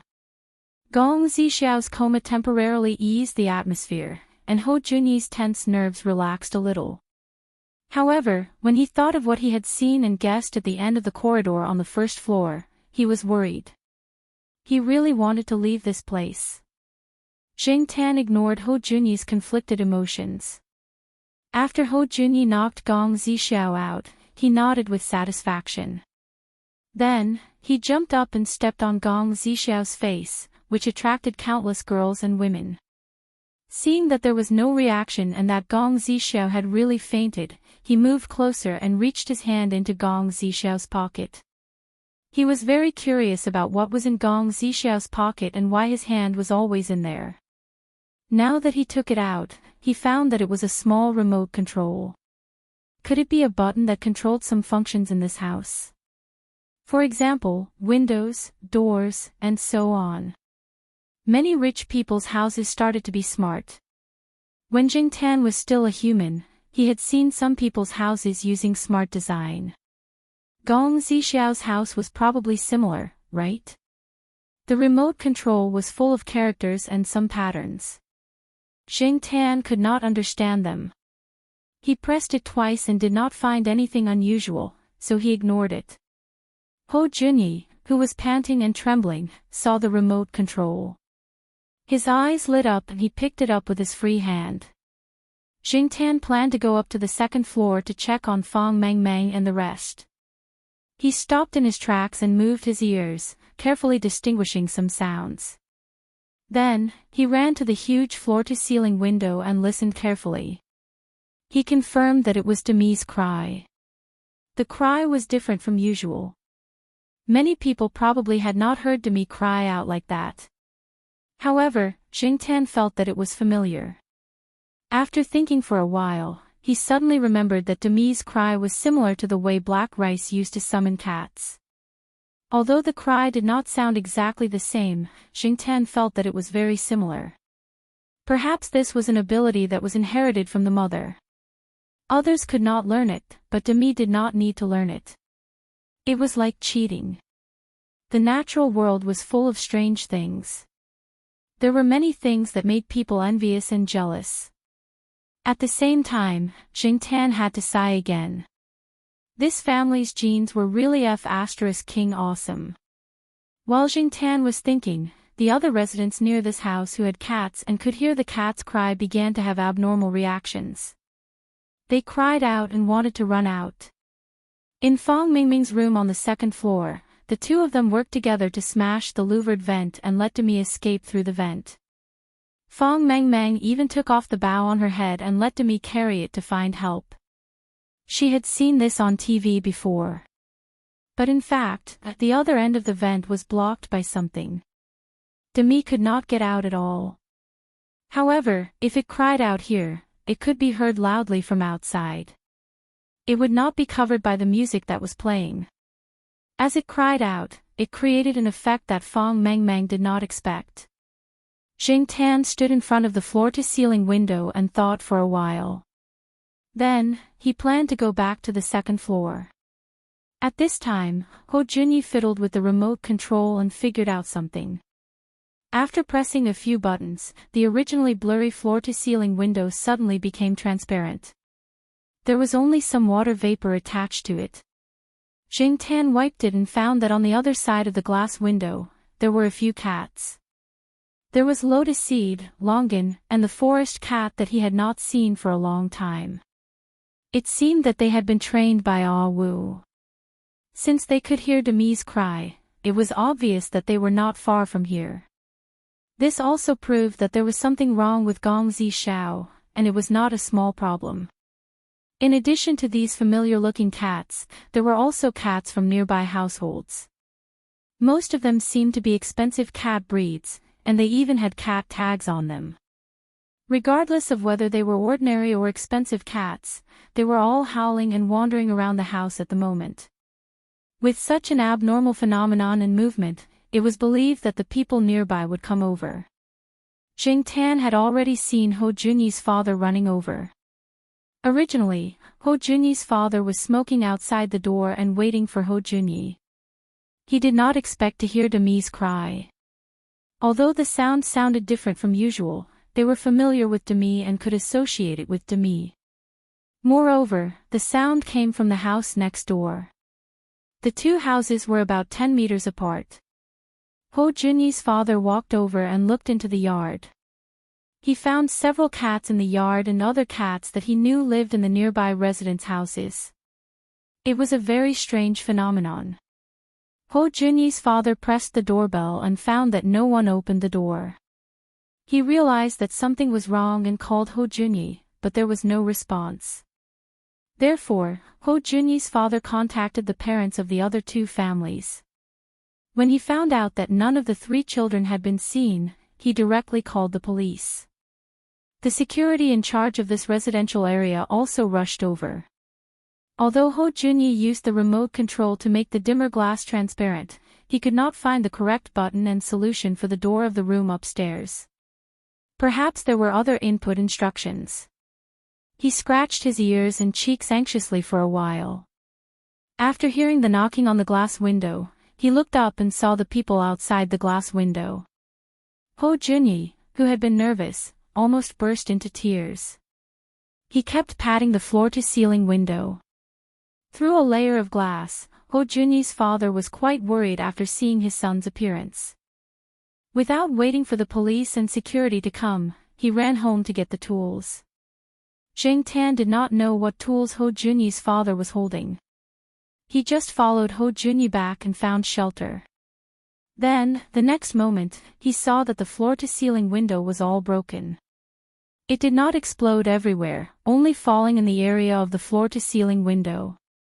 By the time the police and security rushed over, Ho Junyi's father had already used the tools to cut open the door on the second floor.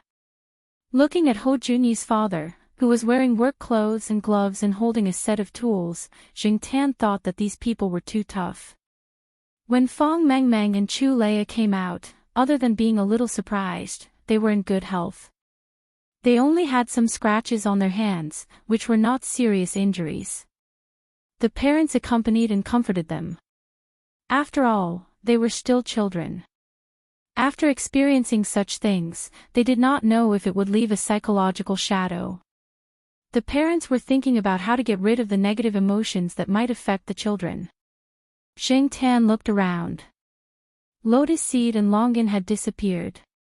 Ah, Wu was probably nearby. Now that there were more people here, it called them back. The police and security did not think that these cats would be of any use. They watched them leave and did not stop them. The people who lived in this area were either rich or powerful. After such a big incident, the police would definitely be very busy. Who would pay attention to those cats? When the police car arrived, it made a lot of noise. The unconscious Gong Zixia was taken away. In addition, Jing Tan saw the police carry out a long object wrapped in a black bag. Jing Tan sniffed it and smelled a faint smell of blood in the wind. The three children were accompanied by their parents and did not see the situation over there. This was good. Otherwise, they would probably be even more traumatized if they saw it. Chapter 319. If the key to this incident was Jing Tan taking the lead by surprise and kicking Gong Zixiao out, then Demi's actions directly sped up the end of the crisis. Without Demi's howl, it would not have caused such a big commotion, and the people around might not have been able to react so quickly. Fong Mengmeng hugged Demi and sat next to her mother. Jing Tan did not go over. He was worried. At that time, he was only focused on getting rid of Gong Zixiao, so he did not have time to hide. Now that he thought about it, Jing Tan realized that Ho Junyi looked at him suspiciously. After coming out of the house, Ho Junyi calmed down and told a police officer about the whole incident. He even glanced at Jing Tan a few times. Other than the police officers who were handling the case outside, the three children and their parents were temporarily staying at Ho Junyi's house. Why was Ho Junyi the one telling the story? Because among the three children, he was the first to calm down. Ho Junyi was accompanied by his father and told them about the incident. Fong Mengmeng and Chu Leia were resting in another room, so they could not hear what Ho Junyi said. Jing Tan was still worried. He moved closer and hid behind a cabinet to eavesdrop on their conversation. At that time, Mao Do found the mouse. I went over to pull it back, but it bumped into the shelf. I saw blood stains on the wall behind the shelf. It wasn't much, but the color didn't look like it was from a long time ago. It was relatively new. Moreover, the color and traces on the wall showed that it used to be a shorter and wider object.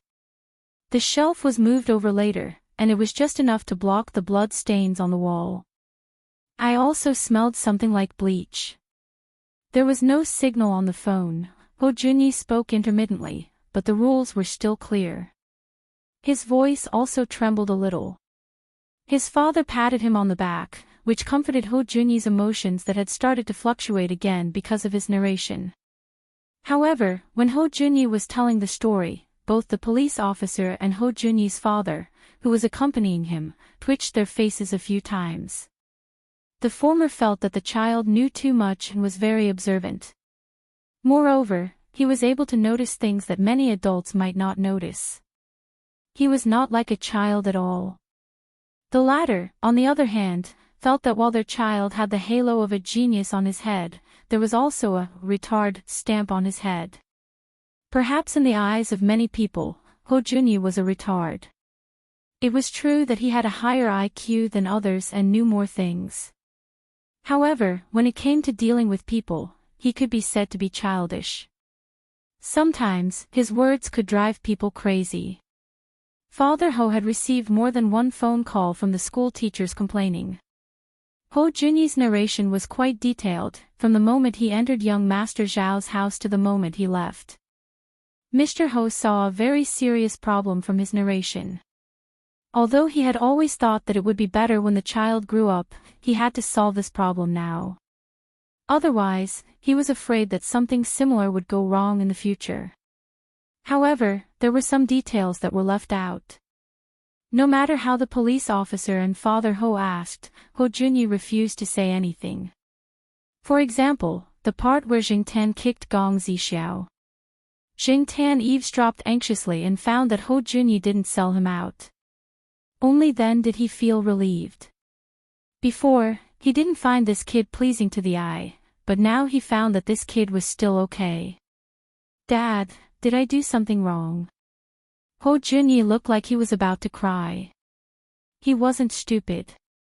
After thinking about it, he realized that many times, it was his fault that Fang Mengmeng and Chu Leia were in danger. Seeing Ho Junyi's expression, Father Ho didn't ask any more questions. He waved at the police officer, indicating that he could leave. Then, he began to comfort Ho Junyi. After all, he was only a child. You couldn't expect him to take care of everything. As for those problems, Father Ho decided to take it slow and solve the problem at hand first. Fang Xiaokong arrived early the next morning.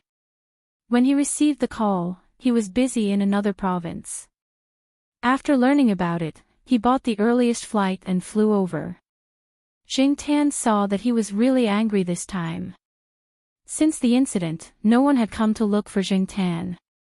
However, this might only be temporary.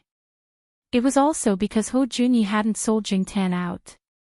Jingtan kept thinking about Mao's words. Wu was around last night, so he should be able to find him. Although Ho Junyi didn't tell Jingtan out, Gong Zixiao was still there and his injuries were still there. If they really wanted to pursue the matter, they might be able to link it to Jingtan. However, after getting a guarantee from Fang Xiaokong, Jingtan was relieved. The matter here was handed over to Fang Xiaokong. In order to avoid some other problems, Fang Xiaokong decided to let Tong Qingdi send Jingtan back to Chuhua City the day before. This was also what Jingtan was willing to do. He always felt uneasy staying here.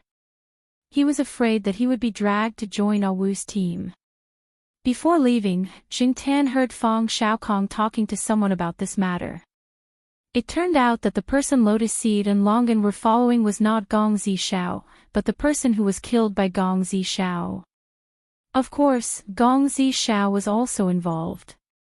According to the conversation, Gong Zixiao was involved in a lot of things, including prostitution, gambling, and drugs. He even had a murder case. He probably received some news and knew that the higher-ups were investigating something. After returning to his residence, he observed for 2 days. Unless it was absolutely necessary, he didn't want to give up the things he earned. After the suspect went to find Gong Zixiao, the two had an argument. The former directly suffered a tragedy. As for Gong Zixiao, someone tipped him off. When he found that the situation was not right, he was ready to pack up and leave. He didn't expect to receive an unexpected guest when he was busy packing up and leaving. In order not to give himself away, Gong Zixiao disguised himself very well. However, he didn't expect that the boy's surnamed Ho to know so much. Moreover, he clearly didn't know how to observe people's expressions, but he could find problems that others didn't notice. He said that he really didn't want to kill. He just wanted to lock up the 3 children first and wait for him to escape, the person who spoke to Fang Xiaokong said. But he didn't guarantee that there wouldn't be other dangers to their lives, such as hunger, thirst, or mental stress. Those are only children. Moreover, when people act impulsively, anything is possible. Maybe one of the children will become a hostage or something else unexpected, Fang Xiaokong said as he smoked. He was telling the person in front of him that he was going to investigate this matter. There were also a few people involved, as well as the person who tipped off Gong Zixiao. None of them would be able to escape. I know what you mean. The person finished speaking and left. Fang Xiaokong knocked on the table with one hand, took a puff of his cigarette, and put it out in the ashtray. He took his coat and walked out. Black Charcoal, I owe you a favor this time. Fong Xiaokong's heart was clear. Otherwise, he wouldn't be in a hurry to send Jingtan away. Temporarily avoiding this matter was also a form of protection for Jingtan. Jingtan jumped into the car. He had already packed everything and was waiting for Tong Qing to come. Just now, Tong Qing was called over by Fong Xiaokong to give him some instructions. After a while, Tong Qing came back. He opened the car door and was about to get in when he heard a voice behind him. Wait a minute. Jingtan looked over and saw Hou Junyi running over with a small suitcase in his hand. Hou Junyi's complexion was not bad. His family must have counseled him. But why is this kid carrying a suitcase over? Hou Junyi's forehead was covered in sweat from running. After he came over, he folded the drawbar and rollers on the suitcase and put it away. Now, it looked like a suitcase.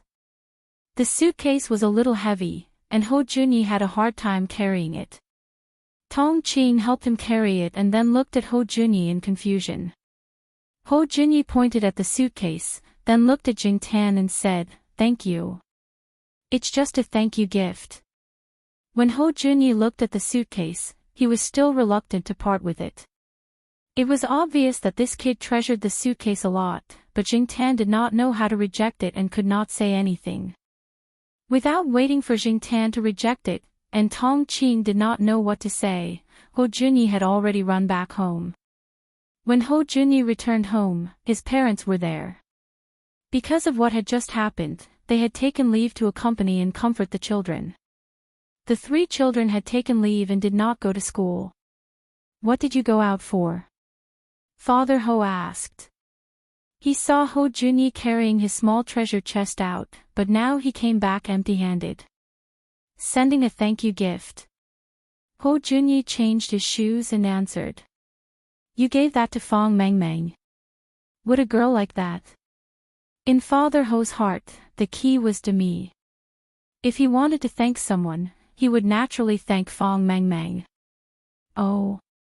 What?" Hou Junyi was puzzled. "Your treasure chest. Didn't you go to Fong Mingming's house and give her the suitcase?" Father Hou was puzzled. Did he guess wrongly? No, it wasn't Fong Mengmeng. "Dad, you said yesterday that a life-saving grace should be repaid with a spring. At the very least, I should thank her generously. So I gave the suitcase to Black Charcoal." "Black Charcoal?" Father Hou's face froze. "If I didn't understand wrongly, that was a cat. You gave your precious suitcase to a cat?" Hou Junyi looked at his father with a puzzled expression. He felt that he had explained it clearly enough. Why was he still asking? "Son, I think we should have a good talk." Father Hou rubbed his eyebrows helplessly. "Thank her generously." In Hou Junyi's heart, that treasure chest was indeed very valuable. Many things could not be easily bought outside. In fact, it was really expensive. However, those things were not the only ones. If he really wanted to get more, Father Hou could help Hou Junyi get them. He was just worried about how to adjust Hou Junyi's thinking and way of thinking to a normal level.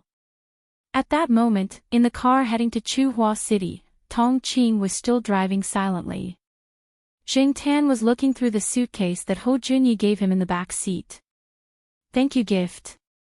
Jingtan knew that Hou Junyi was thanking him for his help at a critical moment. However, it was the first time Jingtan had met someone who gave him a toolbox as a thank you gift. The suitcase had a password lock. The password had been unlocked long ago and could be reset. However, what made Jingtan even happier was the things in the suitcase. Although Jingtan had not seen many of them and did not understand what they were for, he knew a few of them. Jingtan took a metal square that looked like a bank card. He folded it twice and turned it into a knife. When he folded it back, it returned to the size of a card. These were all good things. Jingtan was overjoyed. Chapter 320. Back in Chuhua City, Jingtian felt much more comfortable. He slept soundly, probably because he was less stressed. Ho Junyi's treasure chest, Jingtian, was under little Pomelo's bed. The room was too small, so there wasn't much space to put it, so he had to put it under the bed. 2 days after returning to Chuhua City, Jingtian secretly turned on his computer and surfed the internet when no one was home. He looked up news about Gong Zixiao and found that there weren't many reports about this person recently. There were only 2 entertainment programs that originally invited Gong Zixiao, but later changed the host, which caused dissatisfaction among Gong Zixiao's fans. However, it seemed that there weren't many real reports about Gong Zixiao yet. Most people probably didn't know that Gong Zixiao had been taken away by the police.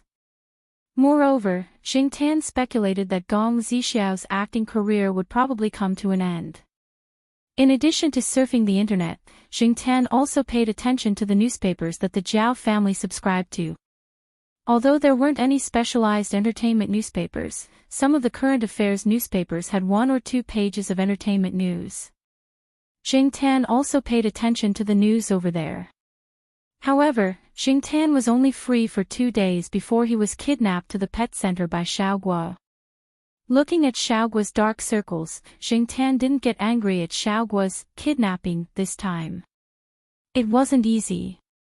Previously, Jingtian had been away for a month to shoot a documentary, and 2 cats had been borrowed from the pet center to shoot a movie. When the pet center was shooting the Christmas special, they found that not only was Zhang Ziyan absent, but even the 2 important supporting roles were also absent. The effect was definitely much worse. Many people had already complained on the internet, and there were all kinds of speculations. However, because they had signed a confidentiality agreement, the people in the pet center couldn't tell the truth before they got permission from the film crew. Therefore, the gossip became more and more intense. Some people even came to the pet center to find Xiaoguo. Mr. Guo hadn't slept well for a long time. Because of this, when he knew that Jingtian was back, he immediately rushed over. This was the result that the Jiao Pa had concealed for 2 days. Otherwise, Xiaoguo would have kidnapped Jingtian the day he came back to clear the rumors. Fortunately, a few days before shooting the New Year special, the cats in the movie were almost ready. Xiaoguo took them over to shoot with him. This way, those who wanted to see the world burn could shut their mouths. In addition to shooting the New Year special in the pet center, Jingtian had something on his mind. The bag of diamonds was hot. He was just a cat now. What did he need these diamonds for? Although it was worth a lot of money, to Jingtian, it was a hot potato that could not be taken out in public. Giving it away would only bring trouble to others. Therefore, Jingtian was thinking about when to return the bag of diamonds. Anyway, the Zhao family's living conditions were not bad. Jingtian's salary had increased because of the documentary and the New Year special in the pet center. As long as it was enough, Jingtian would not be able to use it. Keeping the diamonds would make him feel uncomfortable. After making the decision, Jingtian thought about how to get the diamonds to Tang Yimo yesterday. Jingtian heard Xiaoguo talking to Tang Yimo on the phone. He knew that Tang Yimo was living in a hotel. When Jingtian was away, Tang Yimo also went abroad. He had just returned a few days ago. Jingtian also knew about the 5-star hotel that Xiaoguo mentioned. It was not too far from Chuhua University. Jingtian could accept it. Xiaoguo said on the phone that he would go over to discuss the cooperation with Tang Yimo at around 7:00 on Friday night. This time, the New Year special would broadcast a jewelry advertisement of Tang Mo's company. As for the details, Xiaoguo would go over to talk about it in detail. Tang Yimo would return to the hotel around 6:00 on Friday night. On Saturday morning, he had to fly to the other side of the ocean. There was an urgent matter there, so time was tight. Friday, which was tomorrow. Since he knew the approximate time, Jingtian thought about how to return the diamonds. Should he throw them away together with the bag? Jing Tan did not want to because the bag was stained with the cat fur that Jing Tan had dropped. If he returned them just like that, Jing Tan did not know if they would find out that he was the one who stole the diamonds. Just as she was thinking about it, Jing Tan suddenly heard a sound. She turned to look and saw that it was the sound of a paper bag being blown against a tree trunk by the wind. Paper bag. Jing Tan walked over. It was already night time, and there were not many people walking around. No one would notice Jing Tan in the bushes. It was the paper bag used by stalls at the school entrance. Jing Tan had seen similar ones before. This paper bag did not have any oil stains on it. It was obvious that it had not been used before. The first line on the paper bag read, "Domestic pizza." The second line read, "Wutaro sesame cake." Jing Tan stared at the word "Thai" for a long time. Was this AF** King counterfeit? There was a sudden gust of wind today, and many plastic bags were blown away. This paper bag might have been blown here too. After walking towards the school gate for a while, Jing Tan found a few more paper bags that had not been used before. This confirmed Jing Tan's guess. Jing Tan found the cleanest paper bag that was not stained with water and took it to the old tile-roofed housing area. It was night time anyway. As long as Jing Tan was careful, no one would notice this two-legged cat running away. He took the paper bag back to the house in the old tile-roofed housing area where the diamonds and cell phones were hidden. He carefully poured the bag of diamonds in and looked to make sure that there was no cat hair left. He shook the paper bag with the diamonds so that the diamonds fell into a corner at the bottom of the paper bag. He folded the rest of the paper bag and carefully rolled it around the bottom corner to prevent the diamonds from easily piercing the paper bag and falling out. Finally, he folded the extra part of the paper bag into the crevice. After thinking about it, Jing Tan came out of the house and ran to the houses where the student clubs often held activities. There was a house with a window that was not closed. Jing Tan climbed in and looked around. He found a small piece of pencil that he had not used for a long time. He did not find anything else that he could use, so he climbed out of the house and returned to the place where the diamonds were placed. He bent his paw and held the pencil to write a few words on the paper bag. It was not easy for a cat to hold a pencil with its paw. Jing Tan had not written for a long time, so he could not bear to look at it after he finished writing. The next day, which was Friday, Jing Tan did not wait for dinner at home. He wore his vest and sneaked out with the diamonds. Night fell earlier in winter. It started to get dark at 6 o'clock. When Jing Tan ran to the hotel through a few hidden paths, the sky was completely dark. Jing Tan did not know what time it was. He thought that if he did not meet anyone today, he would have to wait for the next time. Unexpectedly, Jing Tan's luck was pretty good today. When she arrived at the entrance of the hotel and hid behind a flower bed, she saw a car slowly stop in front of the hotel. Tang Yimo came out of the car with two people beside him. They were probably bodyguards or something. Seeing Tang Yimo walk towards the entrance, Jing Tan quickly took out the things in his vest and threw them at Tang Yimo. After throwing it away, Jing Tan quickly changed her hiding spot. She hid behind a pine tree and looked in that direction. Before the things Jing Tan threw could hit Tang Yimo, they were blocked by one of the people beside Tang Yimo. The things fell to the ground not far away from them. One of them stood guard beside Tang Yimo and looked around cautiously. The other person walked over to take a look at the things Tang Yimo threw at him. He poked a hole in the paper bag and saw a corner of it. The person's expression changed and he quickly brought it to Tang Yimo. "Boss, look." Tang Yimo took it. He did not need to look at the whole thing. He only needed to see a corner. Even though the lighting was not good, he could tell that this was probably what he had lost. Other than that, Tom took a closer look at the paper bag that could be considered to be of poor quality. The paper bag was folded, and the words "Wutaro sesame cake" could not be seen yet. However, the words on the bag were clearly written in crooked pencil. Don't ask who I am. Please call me Red Scarf. Tang Mo was speechless. Tang Mo felt that since he came to Chuhua City, he had encountered many strange things. Jingtan watched Tang Mo walk into the hotel with the things before leaving. Before Tang Mo's bodyguard noticed him, Jingtan had already left. The bodyguard who was ordered by Tang Mo to look for the person who threw the things would never have thought that it was a cat who did it. In the next few days, Jingtan paid attention to the surroundings of the school, especially the sesame cake seller.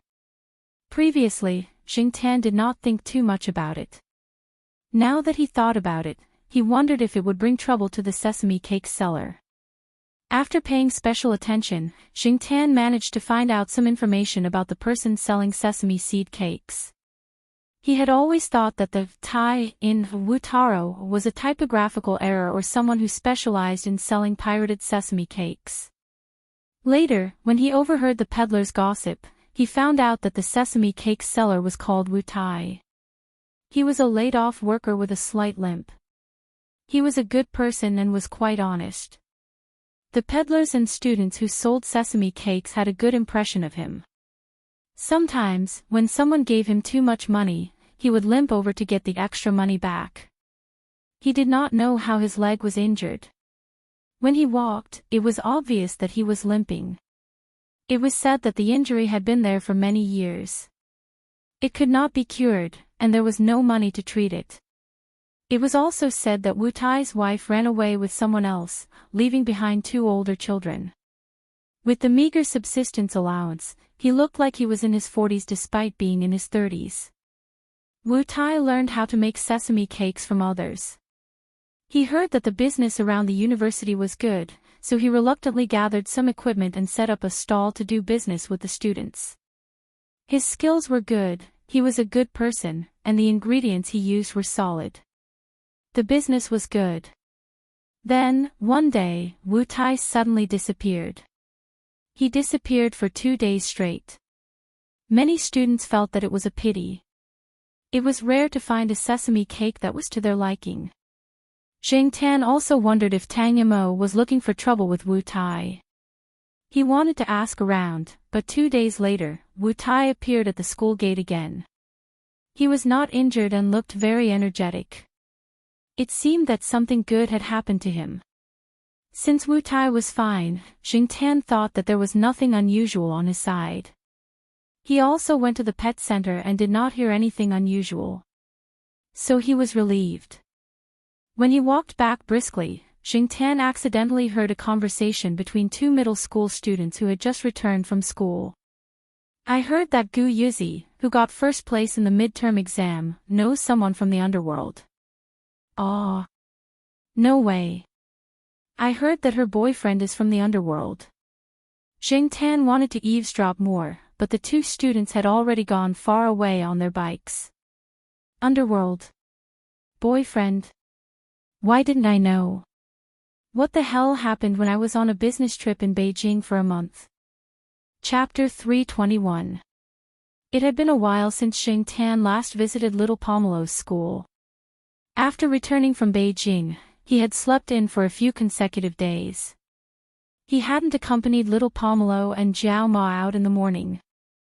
Now that he thought about it, it had been more than a month since he last visited.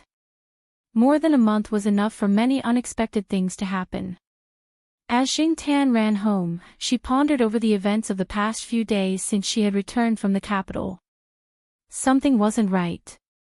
Little Pomelo didn't seem to be acting strangely these few days. After returning home, she spent most of her time doing exercises. After all, it was almost the end of the semester. It was understandable that she didn't have any abnormalities in her eating and sleeping schedule. If what the 2 junior high students had said was true, then Jiao Ma wouldn't have been completely unresponsive. However, Jingtan had a nagging feeling in his heart. Jiao Ma might not know. After all, some rumors between students might not reach the ears of teachers. At night, Jingtan deliberately observed little Pomelo, but he still didn't find anything unusual. Therefore, Jingtan decided to wake up early the next morning and go out with Jiao Ma and little Pomelo. This year's winter seemed to be colder than usual. Jingtan shivered after leaving the house, then jogged after little Pomelo and Jiao Ma. It didn't feel as cold when he jogged after them. Jiao Ma rode her scooter to school first, while little Pomelo met up with her classmates in the Western District courtyard. Then, the three of them rode to school together. The three girls wore hats, scarves, and thick gloves, but the cold didn't dampen their mood to chat. Jingtan ran not far behind them, perking up his ears to eavesdrop on their conversation.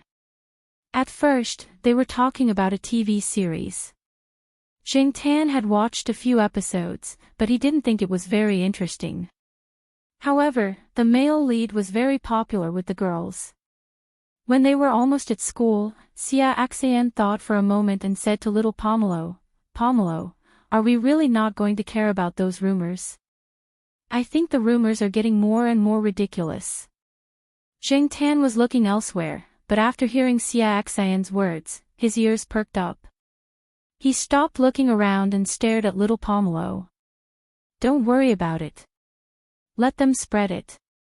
Little Pomelo's attitude was rather cold, as if she didn't care at all.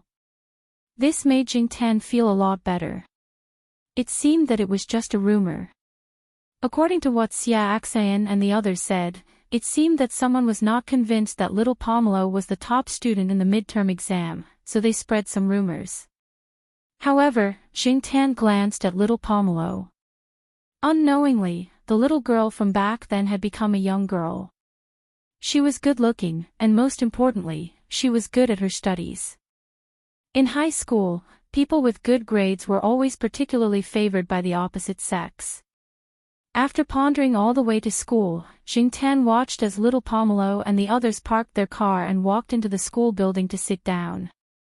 Although little Pomelo asked Jingtan to go back quickly, as it was cold outside, Jingtan did not leave immediately. Instead, he stood on the wall near little Pomelo's class and watched for a while. He noticed that a few of the boys were looking at little Pomelo with a gaze that made him want to beat them up, but none of them were particularly close to little Pomelo. He could tell just by looking at little Pomelo's attitude. The glass windows were gradually blurred by the steam. Jingtan did not stay there and walked along the wall. He wanted to wait until class was over to see if the other classes were paying attention to this. Jingtan walked along the wall, past the school building area, past the cafeteria, and then to the field. At this time, there were not many people on the field.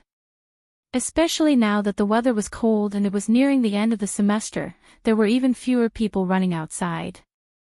There were not many students and teachers. As he walked, Jingtan's head was hit. It did not hurt, as it was thrown by something like a paper ball. After the paper ball hit Jingtan's head, it jumped to the ground, bringing with it the smell of fried buns. Looking in the direction where it was thrown, Jingtan saw a familiar person.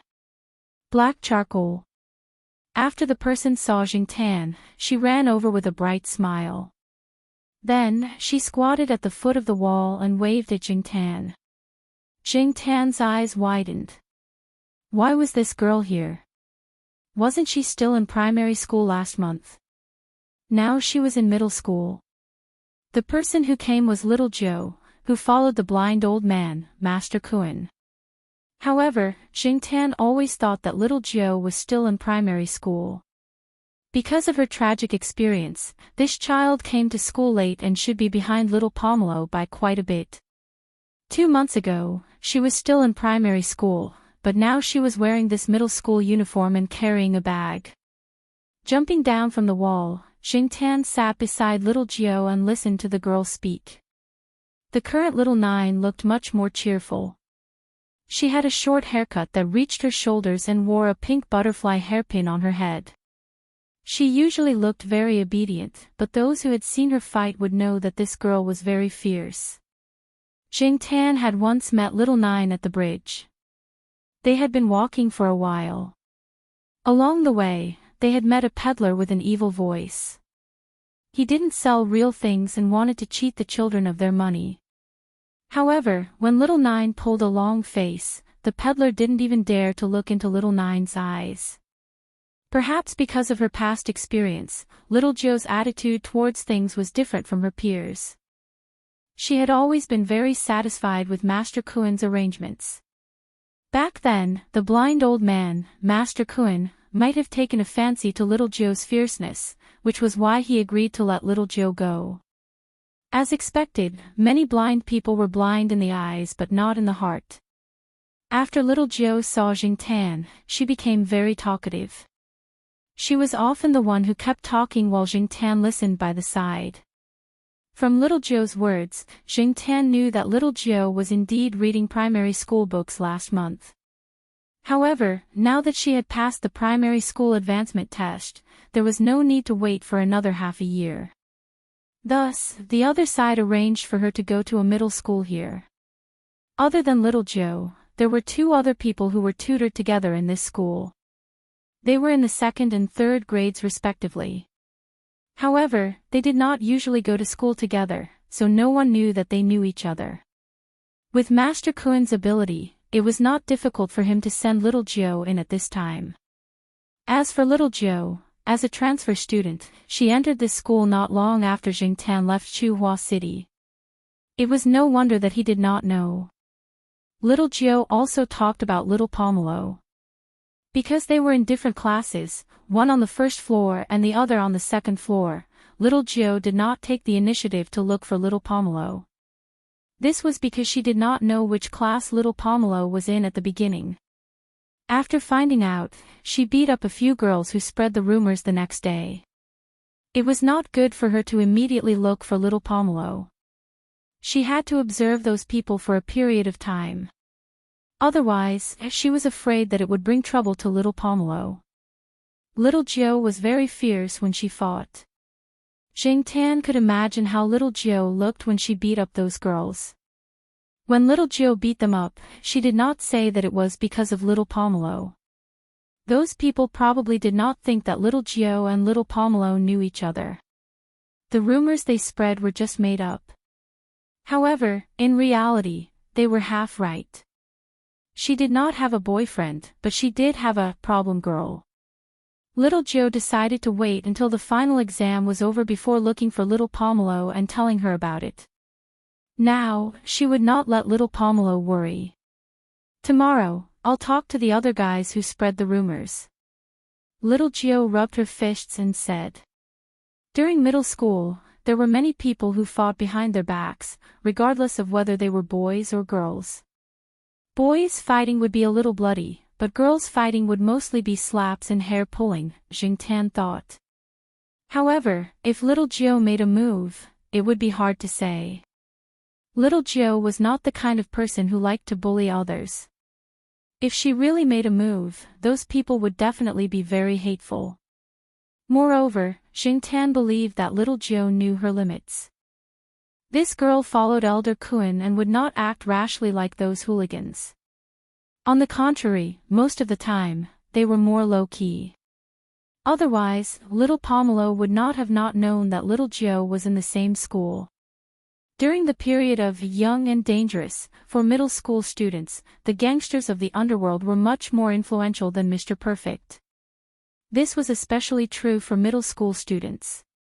When a gangster was mentioned, they would directly imagine him as a powerful figure in the underworld. It was all kinds of awesome. Although it had already faded, and it had been a few years since that era, the potential influence was still there. When it was mentioned, people would have a feeling of disdain and reverence. If it was related to the top students, there would be more gossip. It was no wonder that those students would choose to spread the rumors about the underworld. Jingtan originally wanted to personally teach those who spread the rumors a lesson, regardless of whether they were male or female. However, now that little Joe was there, Jingtan did not have to waste time looking for them. It's almost time. Class will end in 5 minutes. I have to go to the classroom during the break. Little Joe carried her bag and threw it towards the wall. Then, she took a few steps back and increased her speed. Using a tree that was closer to the wall, she jumped over. Jing Tan's eyes twitched. One look and he knew that she was a repeat offender. When Jing Tan jumped over the wall, he found that on the other side of the school wall, there was a person standing not far from where little Joe landed. He had a cold face and an armband. It was obvious that he was the teacher on duty. He was there to prevent those disobedient students from jumping over the wall or doing bad things in the school. Cough, good morning, Teacher Wang. Little Joe lifted her bag and patted the dust off it. She obediently bowed to Teacher Wang, who was standing not far away. Teacher Wang's face twitched. There were 5 days of school every week. On 4 days, this girl would enter the school on time. On the remaining day, she might be late or early. Why did he say, might? Because there were a few times when the teacher was late. The person on duty at the school gate did not record it. If it was a boy, then it would be easy to handle. There were many problematic boys in high school and there would be ways to deal with them. However, this was a girl. During class, other than being late, she was still well behaved. She was a transfer student. He heard that her grades were not good, but she was not at the bottom of the class either. She was just below average. She was not the main target of the teachers. However, it was this girl that made the people on duty feel helpless. Teacher Wang considered his words and thought about how to teach her. This morning, he was on duty. He did not expect to see a bag being thrown in from the other side of the wall. The next moment, a small figure nimbly jumped over the wall and steadily landed on the ground. After seeing who it was, Teacher Wang's eyelids twitched. Before Teacher Wang could speak, little Jill lowered her head and said, "I was wrong." She admitted her mistake so straightforwardly that Teacher Wang had to swallow back his words. What was wrong? Teacher Wang asked seriously. I shouldn't have jumped over the wall. Little Joe said. And? Teacher Wang stared at little Joe. Why are you late again? The word again made Jing Tan's beard tremble. Little Joe tilted her head as if she was thinking. Then she said, Oh, I saw an old granny get hit by a car this morning. I sent her to the hospital. That's why I was late. Teacher Wang and Jing Tan. Could she be any more fake? But in the next moment, little Joe took out several certificates from her bag. There were certificates from the hospital, the police, and the patient's family. The stamps and hospital certificates proved that little Joe was telling the truth. Jing Tan thought about it carefully. Little Joe did have the smell of the hospital. Chapter 322. With little Pomelo around, Jing Tan wasn't afraid of those ignorant people bothering little Pomelo. He also felt more assured about the school. As for little Pomelo, although she didn't plan to immediately fight back against those rumors and taunts, she was holding back her energy and waiting for the final exam to get a good result to slap those people in the face. This was the best way to fight back. After New Year's Day, the atmosphere in primary and secondary schools was more tense. They were preparing for this semester's final exam. If they didn't do well, they might not be able to have a happy new year. Jing Tan looked at the calendar in the living room. The old one had been replaced by the new one. This was the 5th year since Jing Tan came here. According to the conversion of the age of a cat and a human, Jing Tan was a middle-aged uncle. The good thing was that Jing Tan felt that his body parts were quite resilient. There wasn't much difference from the past few years. In Jing Tan's heart, he always felt that he was a handsome young man in his 20s. At noon, they ate at Jiao Wei's small restaurant. Jiao Wei's parents had already discussed when to buy a ticket back to their hometown. Of course, Jiao Wei's time was the norm. They had to let Jiao Wei finish the exam before buying a ticket. They were all in the province and there weren't many trains there. If they went to the bus station to buy a ticket, they could go there with their luggage whenever they wanted to go back. They didn't need to book a ticket in advance like other people.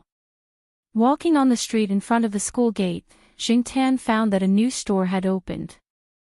The previous store that sold clothes was gone and replaced by a big, Wutaro sesame cake sign. The store wasn't big, but there were many people buying the cake. The line of people formed a Z shape. The smell of the sesame cake made passers-by look over. Those who were impatient waiting in line wanted to come back when there were fewer people, but foodies were always very patient in this regard. Jing Tan went closer to take a look. The busy boss was the one who had pushed the stall earlier. He was the one who had trouble walking. No wonder this person was so happy when he reappeared a few days ago. It seemed that he had rented a shop. The place where the sesame seed cakes were made took up half of the entire shop. The other half should be a rest area. Jing Tan saw two small children walking to the front of the shop from a small door inside. They hugged the boss's leg and said something with a coquettish smile. After that, they went back inside. They should be the two children of the sesame seed cake shop owner. After looking around, Jing Tan walked towards the school gate, intending to go home. It was a little cold outside, and Jing Tan was not in the mood to stroll around. After a few steps, Jing Tan spotted a man. He had seen him before when Jing Tan was still a diamond. He was one of Tom Mo's bodyguards. Now, he was standing beside a delicatessen not far from the bakery, watching the crowd. What was this person doing here? When Jing Tan looked at the bakery, another person walked into the shop. After a short while, he came out with 3 sets of sesame seed cakes. There was no queue, and the bakery owner was very polite to him. Jing Tan followed that person and walked a little further. There was a black car parked near the road. It was Tom Mo's car. After that person got into the car drove away. Jing Tan looked at the car driving away, shook his head, and jogged back home. On the other side of the car, Tom Mo took the sesame seed cake from his subordinate and sniffed it. It was quite fragrant. He took a bite. It tasted not bad. There is still nothing unusual over there. The people who went to buy the sesame seed cakes are the nearby vendors and some teachers. Most of them are still students, that person reported to Tom Mo. Tom Mo grunted and did not say anything else. After the diamond was returned by the unknown person, he sent someone to investigate the sesame seed cake seller. After all, there were many people selling Wutarong sesame seed cakes, but there was only one Wutarong sesame seed cake shop. The investigation did not find anything useful. Thinking of the pencil words on the paper bag, Tom Mo was more inclined to believe that the person who returned the diamond was a young student. Tom Mo even asked Xiao Gua if anyone else had heard him on the phone. The answer he got was no. When Xiao Gua made the call, he was alone in his room. Of course, there were 2 cats, Li Yuanba and Jing Tan. Normal people would not think too much about the cats. Tom Mo and the others promised a sum of money when they asked the bakery owner and got enough information. Most of the information was about the person who went to buy the sesame seed cakes, but until now, they had not found the person they were looking for. The person who sold the sesame seed cakes used his savings and the money Tom Mo gave him to rent a shop. He had made quite a lot of money in the past few days. Don't underestimate this kind of small snack. Judging by the way the bakery owner could not stop laughing, it was obvious that he had made a lot of money. Jing Tan would never have thought that a paper bag he picked up would lead to such a result. The person we are looking for is not him, the woman beside Tom Mo said. Tom Mo nodded. I know, but let them continue to observe. Ask Wu Turung to cooperate. He will not be short of money. Yes, boss. After Jing Tan returned home, he had nothing to do in the afternoon, so he turned on his computer and browsed some forums. There were many people talking about Gong Zhongxiao in the entertainment section. It started when an official channel reported that a famous movie star Gong Zhongxiao had been detained. When the official channel officially announced that he was detained and under investigation, it meant that he had been convicted.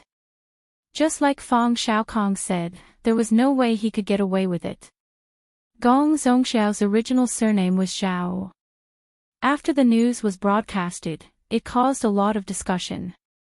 All kinds of conspiracy theories were flying around, and the fans were spitting on each other. The topic of Gong Zhongxiao only stopped when the weather was getting worse. In the middle of January, it snowed heavily in Chuhua City. In the beginning, there were people who said that a good snowfall meant a good harvest. Many people played in the snow outside to relax from the tension and fatigue brought about by the final exams.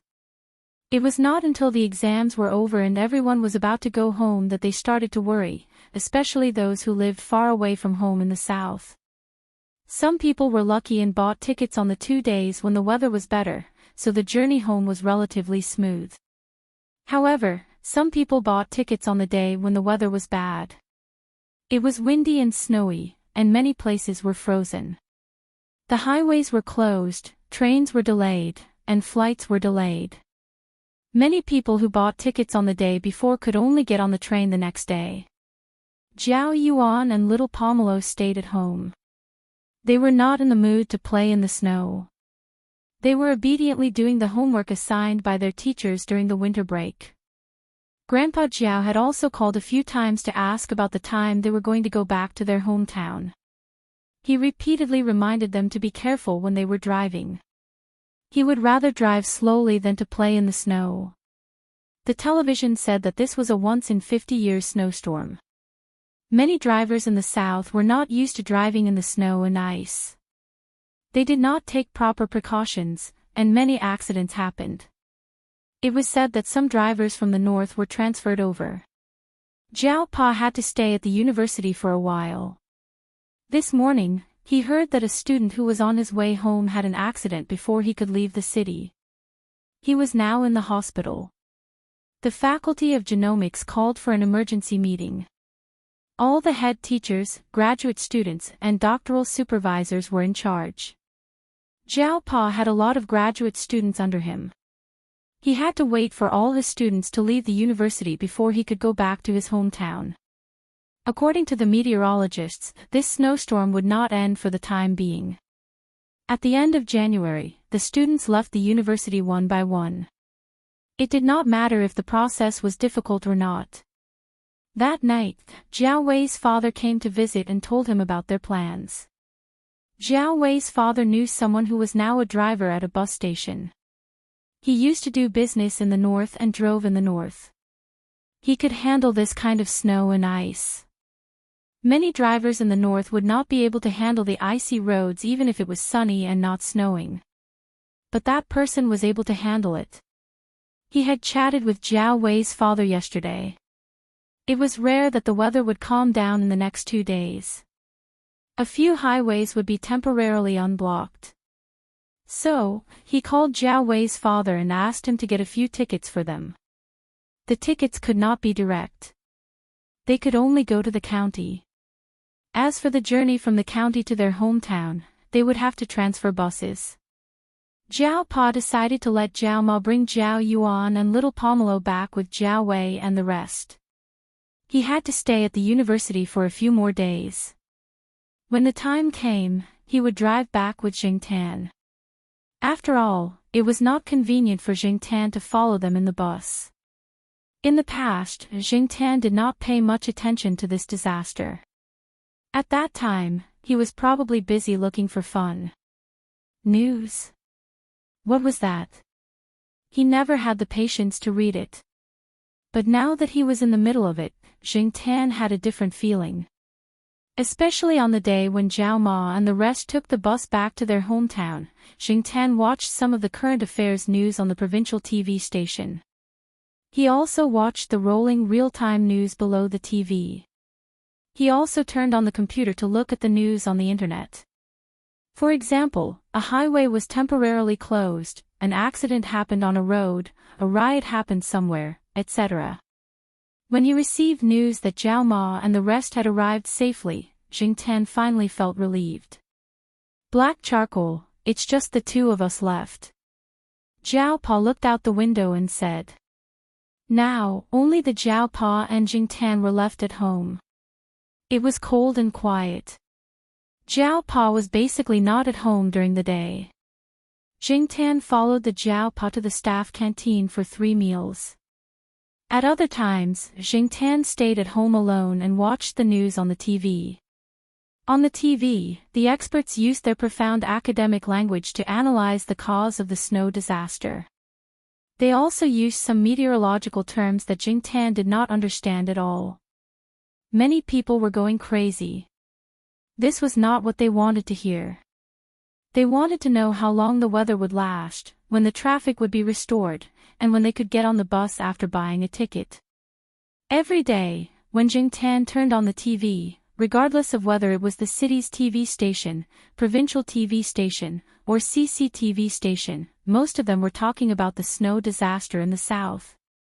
There were many migrant workers and students stranded in other places during the spring festival. From the images on the TV, the bus stations of some provinces and cities were densely packed with stranded people. Counting the days, many people became more and more irritable. The price of some unlicensed buses doubled again and again. The price of food also skyrocketed.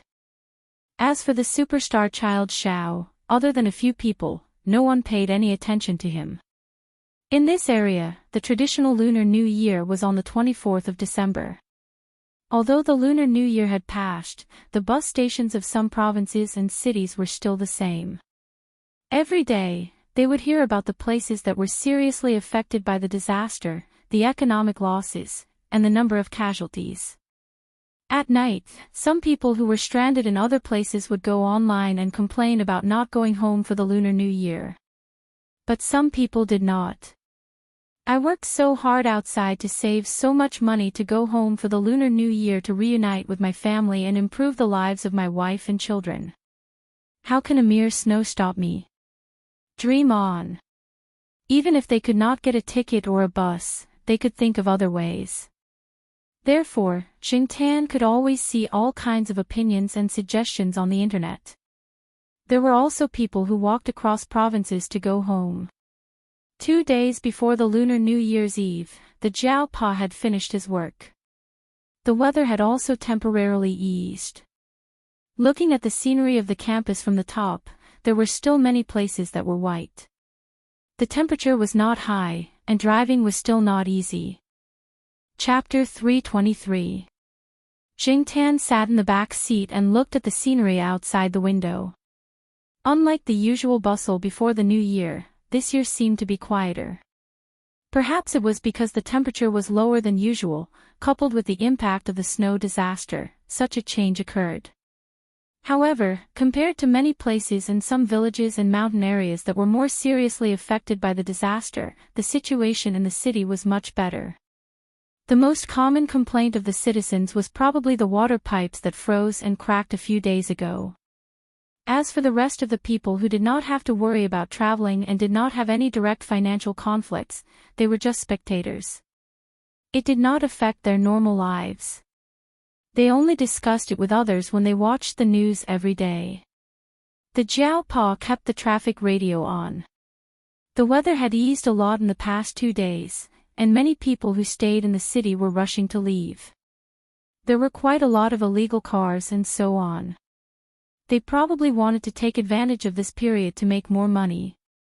In order to avoid a traffic jam, the Jiaopa deliberately got up early and set off. Unexpectedly, there were many people who had the same idea as the Jiaopa.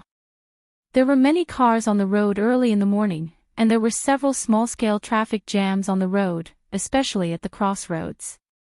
Looking at the long line of cars in front of them, they felt particularly annoyed. When they finally got out of the city, it had been an hour and a half. This was the first time Jingtan had encountered such a situation. He was dizzy from the constant stopping. According to the usual driving route, after leaving the city, they would go directly to the highway. The highway was closed a few days ago, but it was lifted in the past 2 days. However, when they were about to reach the highway, the traffic radio reported that there was an accident on the highway. They hoped that the cars driving there would change their route. No one knew how long the traffic jam would last because of the accident. The Jiaopa had no choice but to change their route. They did not take the highway and change to another route. When they passed by a few bus stations, Xingtian glanced over there. There were still a lot of people around. The waiting hall was full, and there were also some people waiting outside the door. There were also armed police there to maintain order. Xingtian also saw taxis, buses, and private buses outside the bus station.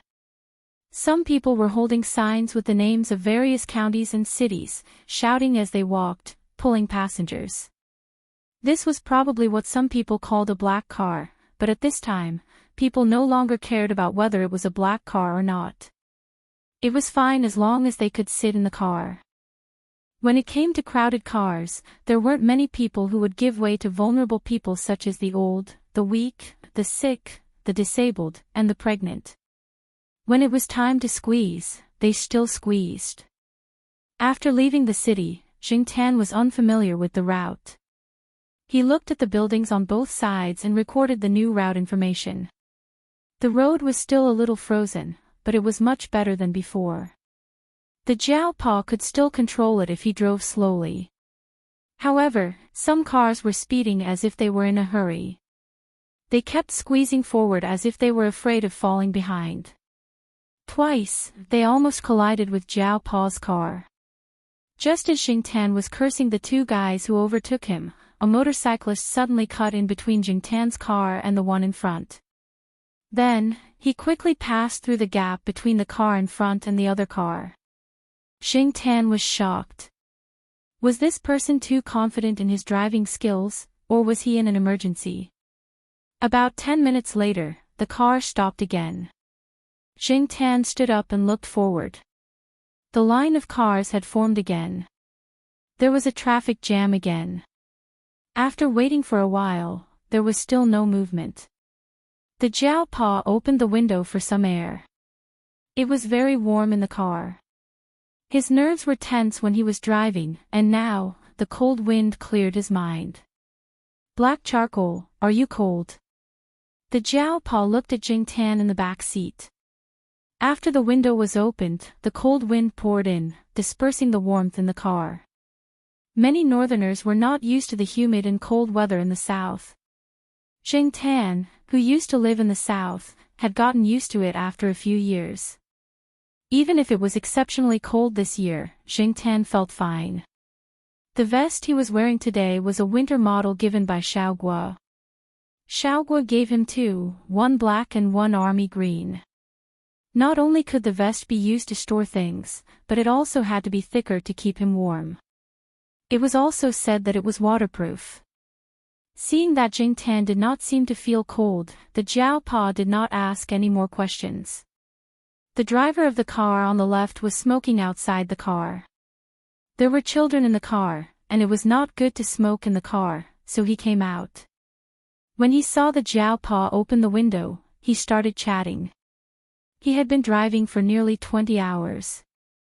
Although there was a 5-hour break in the middle, the driver's driving skills were not good. He almost had an accident, so he was driving most of the time. Now that there was a traffic jam, he came out to smoke to refresh himself. The driver of the car in front also joined the conversation. He was privately soliciting customers. Yesterday was quite smooth. The traffic jam didn't last long. Today's bad luck. We were stuck for half an hour in the morning, and now it's starting again. Can we leave in 10 minutes? The driver of the car on the left asked. It's difficult. There was a car accident in front. A motorcycle, 2 private cars, and a truck all crashed into each other. Fortunately, no one died. 3 people were seriously injured and have just been sent to the hospital. The remaining people in the 2 private cars are quarreling. No one moved. I heard that the car was quite expensive. It also broke a telephone pole. In addition to the overturned cars and the truck's belongings on the ground. I think it will take at least 20 minutes for the traffic to open. According to the privately soliciting driver, it was even more difficult to drive a few days ago. Usually, it would only take a little more than 2 hours. Previously, it took more than 10 hours to drive through the snow. Moreover, the car could break down at any time. Only those who had driven it would know how difficult it was to drive. It was no wonder that the fare had doubled. Usually, the fare was 50 renminbi. Now, it was 100 to 150 renminbi per person. A few days ago, the fare had skyrocketed to 200 renminbi. As they were chatting, another person came to the front of the convoy. He asked the two drivers and the Jiaopa to go to the front to help. There were not enough people, and there were many obstacles. If they wanted the traffic to open quickly, it would be faster if there were more people. Otherwise, they would have to wait for a while. The driver of the car in front shook his head. He was not going. He had to look after the car. He did not know the passengers in his car. What if someone took the chance to drive away when he went to help? What if they took something valuable? What if the people in the car made a scene? The driver of the car next to him did not think much of it. He smoked and walked to the front with the Jiaopa. The car door was not locked, and the windows were closed. Soon, the temperature in the car rose. Before the Jiaopa left, he asked Jingtan to look after the car. Therefore, Jingtan was not napping. He was paying attention to the people around the car. Soon, Jingtan noticed that someone was walking over from the front and looking into the car. With one glance, Jingtan could tell that it was one of the guys who had evil intentions. When the guy saw the laptop bag on the passenger seat, his gaze paused for a little longer. There was a flash of joy in the man's eyes. Then, he walked to the car door and opened the door of the passenger seat. Then, just as he was about to reach for the computer bag on the seat, a black shadow flashed by. He felt a sudden pain on his face and was kicked out. He lost his balance and sat on the ground. That person's eyes were filled with disbelief. He saw that there was no one in the car and the door was not locked. He ignored the cat in the vest. He had done this many times and the whole operation did not take long. He just needed to open the car door and open the laptop. Even if the car door was locked, he could do it. However, he did not expect that what he thought was a simple task would be so different from what he expected. The person touched his nose and looked at the blood on his hand. Then, he looked at Jingtan. Jingtan narrowed his eyes. This person was still not giving up. Was he looking for a kick? He jumped up and kicked him again. That person raised his hand to block, but he underestimated Jingtan's strength. Although he reacted quickly and raised his forearm to block Jingtan's kick, the force of the kick made him fall back. His head hit a private car next to him and made a thud. At the same time, Jingtan also grabbed the person's down jacket. The wind blew, and the duck feathers flew everywhere. Jingtan found it hard to understand why that person was stealing when he was wearing a branded down jacket. However, there were many people like that. A few days ago, he saw someone complaining on the internet. He did not expect to meet someone like that today. The driver of the private car on the right heard the noise and rolled down the window.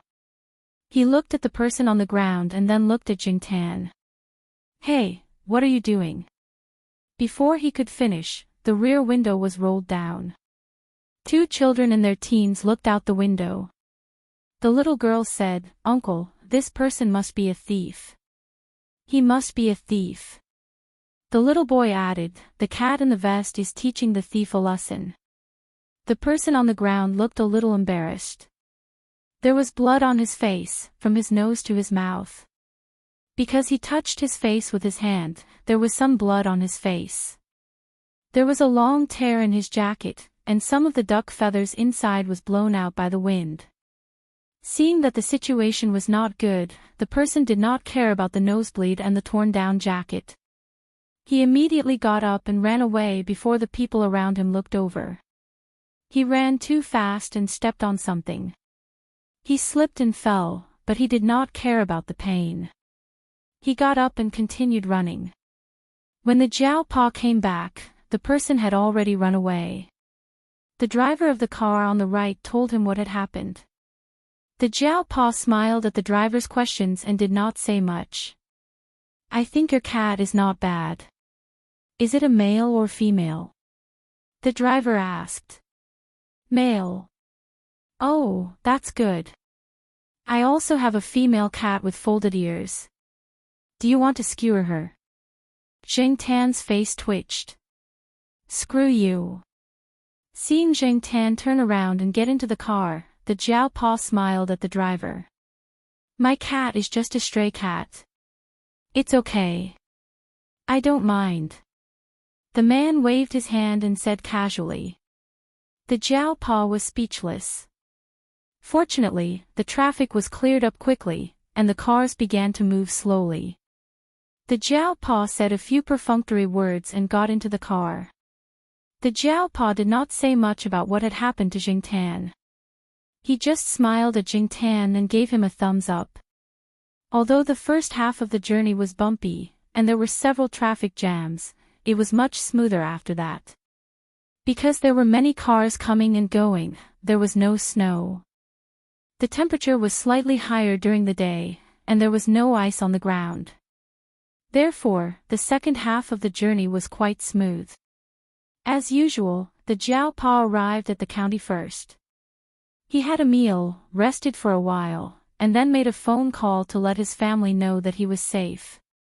Then, he continued to drive to his hometown. There were a few sections of road in the Jiao Pa's hometown that were not easy to walk on, but after a slow drive, it was much better. Grandpa Jiao was already waiting at the entrance of the village. He knew that the Jiao Pa was driving alone, so he did not dare to call to ask about it. He was afraid that the Jiao Pa would be distracted. When he saw the Jiao Pa's car, he immediately smiled. Chapter 324. The next day, Jiao Pa was still resting in the morning. He didn't have much time to rest these days. He had to pay attention to his students at school and work on projects. He was also tired from driving back to his hometown. After he arrived, he relaxed and had a good night's sleep. Many people in the village had already woken up early in the morning. Only some children and some people who had gone out to work were still resting in their houses. Although Zheng Tan was still a little sleepy, little Pomelo and Jiao Yuan were already awake. When they heard that they were going to help Grandpa Jiao at the orchard, Zheng Tan thought that since he had nothing to do, he might as well go and take a look. Jiao Ma and the old lady were busy preparing for the new year. Zheng Tan couldn't help much even if he stayed. The orchard didn't belong to Grandpa Jiao, but Grandpa Jiao was familiar with the people there and had helped a lot. This was one of the reasons why the Jiao family never lacked fruit. Because of the snow disaster, Grandpa Jiao went there every day to help. Even Jiao Yuan and little Pomelo, who had nothing to do at home, went to the orchard for a few days. Even if they couldn't help much, they could at least take a look. The orchard wasn't too far from the old house, but because of the weather, the road wasn't easy to walk on, and it was cold in the morning, so they took the donkey cart these days. Another reason why Zheng Tan followed them was because of the donkey cart. Whether it was when he was a human or when he was a cat, he had never taken a donkey cart before. At first glance, it was quite refreshing and full of rustic vibes. The donkey's family was not far from the old house. After walking for about 5 minutes, they saw a tile-roofed house. Behind the tile-roofed house was a newly built bungalow. However, the tile-roofed house was not completely demolished during the construction, so part of it remained. This family's surname was also Jiao. Jiao Pa called the old man fifth uncle. Logically speaking, Jiao Yuan should have called him fifth granduncle, but he wasn't used to it. Instead, Jiao Pa asked the two children to call him Grandpa Jiao. It was more intimate that way. Grandpa Jiao heard that on the day the Jiao Yuan and the others came back, he planned to ask the donkey cart to help them if they couldn't get a ride from the county to here. Fifth Grandpa was old and couldn't drive the family's farm cart, but he was good at driving donkey carts. Zhao Yuan and little Pomelo were led into the house by Grandpa Zhao, but Jing Tan did not follow them directly. His attention was on the donkey's shed next to them. Yesterday, he heard from little Pomelo and Zhao Yuan that the donkey was only a little over a year old.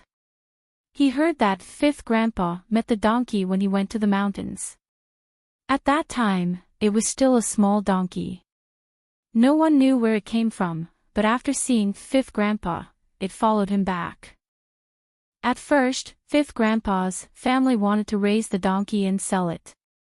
There were many people who ate donkey meat in the county, and the price of donkey meat in restaurants was not bad. But one day, when the old man saw the donkey running with his son, who was riding a motorbike, he had an idea. Later on, he got a donkey cart. At that moment, the donkey tied to the cart was looking at Jing Tan with its two long ears protruding. Its eyes were wide open, and there was a circle of white around its eyes. Jing Tan was wary of donkeys with a circle of white around their eyes. Although he knew that many donkeys looked like that, when he looked at the donkey in front of him, Jing Tan couldn't help but think of the stupid bird in the courtyard. Shaking his head, Jing Tan felt that he was thinking too much. As he was thinking, Jing Tan saw the donkey walk to the low wall next to the donkey's shed. There was a cotton mat on top of the low wall that was exposed outside the donkey shed. It was probably for the driver. Not far from the low wall was a two-wheeled wooden cart with a similar mat on it. However, at that moment, there was a yellow and white cat lying on top of the low wall. People in the village raised cats to protect them from mice. They were not as particular as raising cats in the city, and they rarely bathed them. The cat had rolled around somewhere, and there were some dust and grass stains on its white fur. The cat didn't seem to care about its surroundings. It was kicking its paws, lying on the cotton mat with its head tucked in, and its eyes closed. The donkey wasn't very tall. It was obviously smaller than a normal horse, but when it raised its head, half of its head could be seen above the low wall. Jing Tan watched as the donkey slowly walked over to the low wall. It used its nose to blow air at the cat. The cat didn't even bother to open its eyes. Other than the twitching of its ears, it remained the same. Just when Jing Tan thought that the donkey would give up, the donkey went up again. This time, it didn't blow air. Instead, it opened its mouth and bit on a corner of the cotton mat. It pulled lightly, but it didn't move. The cat on the mat didn't move either. The donkey pulled hard again. Because the cat wasn't prepared, it rolled from the mat to the other side of the low wall. Jing Tan heard a soft thud from the other side. There was a haystack over there, and the cat happened to land on it. That was why it made such a sound. The donkey let go of the cotton mat and wagged its tail. It opened its mouth and cried out, "Ang, ang, ang, ang, ang, ang, ang, ang." Jing Tan didn't know what to say. His first instinct was right. Just when the donkey was feeling smug, a shadow jumped up from the other side of the low wall. The tabby cat jumped onto the low wall and supported itself with its two hind legs. It stood up, opened its two front paws, and slapped the donkey's face twice. While the donkey and the cat were fighting, Grandpa Jiao came out with his men. An old man came out with him. He was probably the fifth grandpa that the Zhao Yuan and the others called. The old man's back was a little stooped, but he was in good spirits and walked steadily. He had been helping out in the orchard recently. Seeing the situation on the other side of the low wall, the old man walked over and patted the donkey's head. Then, he started to organize the things on the wooden cart. As for the conflict between the donkey and the cat, he was already used to it. After tying the reins and checking the donkey's head, he put the bags on the wooden cart and called for the others to get ready to leave. On the rugged mountain road, the donkey cart bumped and squeaked. The donkey didn't look like much, but it was surprisingly good at pulling the cart. It didn't look like it had a hard time carrying 4 people, a cat, and a few bags. The two old men chatted along the way, talking about the recent news from various TV stations and radio stations. The total losses from this disaster were huge, especially for the forestry industry. The forestry industry in the affected areas accounted for more than 50% of the industry's total income. The snowstorm not only greatly reduced the income of the forestry industry in the affected areas this year, but it would also affect their income for the next 3 to 5 years. According to some official TV stations, the losses from the forestry industry in several southern provinces accounted for 40% to 60% of the total losses from the disaster. Seedlings, bamboo forests, and new plantations were seriously affected. Just like Grandpa Jiao had been lamenting, it was common for seedlings to freeze to death. The area of bamboo forests in the province accounted for 80% of the total area of bamboo forests in the province, and 75% of the fruit trees in some areas that had been converted to forests were damaged. According to the results of the investigation, most of the affected areas were the areas with the fastest and most vigorous forestry development. They were also the areas with the best forest resources. This would have a serious impact on the country's ecology. There were many things that couldn't be salvaged even with money. Every time they talked about it, Grandpa Jiao's face would be full of worry. After about 20 minutes of driving, they arrived at the orchard that Grandpa Jiao had mentioned. This orchard didn't only plant a single type of fruit. Citrus was just one of them. There were also many new varieties that had been promoted. However, Xingtian looked at the people working in the orchard and saw that they all looked worried. Some varieties of autumn leaves had turned brown from frostbite on the edges and back, then curled up. The tender tips had turned brown from frostbite and dried up, while some other varieties had fallen off after being frozen and curled up. There were also some fruits that had been left on the tree for the winter. Some of them had frozen a while ago. After the snow melted, the fruits would quickly lose water and dry up. The juice cells would shrink, and there would be less juice and no taste. All kinds of situations would be recorded one by one. They would clear the ice in time, tie up and cut off the broken branches in time. Some pruning couldn't be done yet to prevent further frost damage. Jiao Yuan and little Pomelo followed Grandpa Jiao and the others. Although they didn't have many opportunities to help personally, they didn't slack off. Sometimes, they would take the initiative to pass the tools and do some cleaning and other small chores. Moving around would make them feel warmer, and they had also learned a lot. After the frost passed, they would be even busier. After the frost, there would be pruning and fertilizing. During the year of the frost, the autumn leaves of the citrus plants would be frostbitten. One of the effective measures to ensure that the citrus plants would bear fruit was to replace the autumn leaves with spring shoots. The so-called spring shoots were the new shoots that sprouted in the spring. The new shoots that sprouted from August to October were known as autumn shoots. Different varieties would be treated differently. Different methods would be used for those that could withstand the frost and those that couldn't. Xingtian originally thought that pruning would be a very simple task in the future, but after listening to those people, he realized that there were a lot of things to be done. Some pruning would be done below the branch joint, and some tree bark would be cut several centimeters below the crack when it froze. The cutting also needed to be done. Some would be wrapped and sealed with nylon or smeared with lime paste on the wound. When the young trees were severely frostbitten, they would split above the grafting area, leaving 1 or 2 buds to be cut. At the same time, they would pay attention to keeping the spring shoots and recultivating the canopy, etc. Xingtian felt dizzy just listening to all this. He realized that he wasn't cut out for this at all. Thus, Xingtian decided to walk around by himself.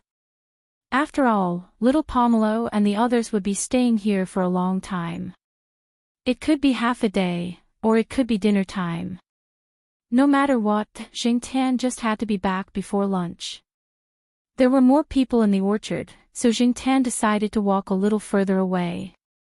The people who were busy in the orchard looked at Xingtian curiously because Xingtian was wearing a vest. After arriving at the old mansion yesterday, Jingtian moved some of the things in the vest. Now, there was nothing else in the vest except for a bag of pork jerky stuffed in by Jiao Ma. It was more relaxed this way, and he wasn't afraid of being checked. In the past, Jingtian wasn't willing to wear a vest often, but yesterday afternoon, when Jingtian was walking outside, an icicle fell vertically on his back. Fortunately, the icicle wasn't thick and Jingtian was wearing a vest, so he only felt a little pain and didn't get hurt. Therefore, Jingtian decided that if he went out for a walk, he would wear a vest. It was safer this way. After jogging for a while, Jingtian didn't see anyone around, so he strolled slowly until he reached the edge of the orchard. It was surrounded by barbed wire. There was a door, but it was locked. Jingtian looked at the tall barbed wire and turned to walk in another direction.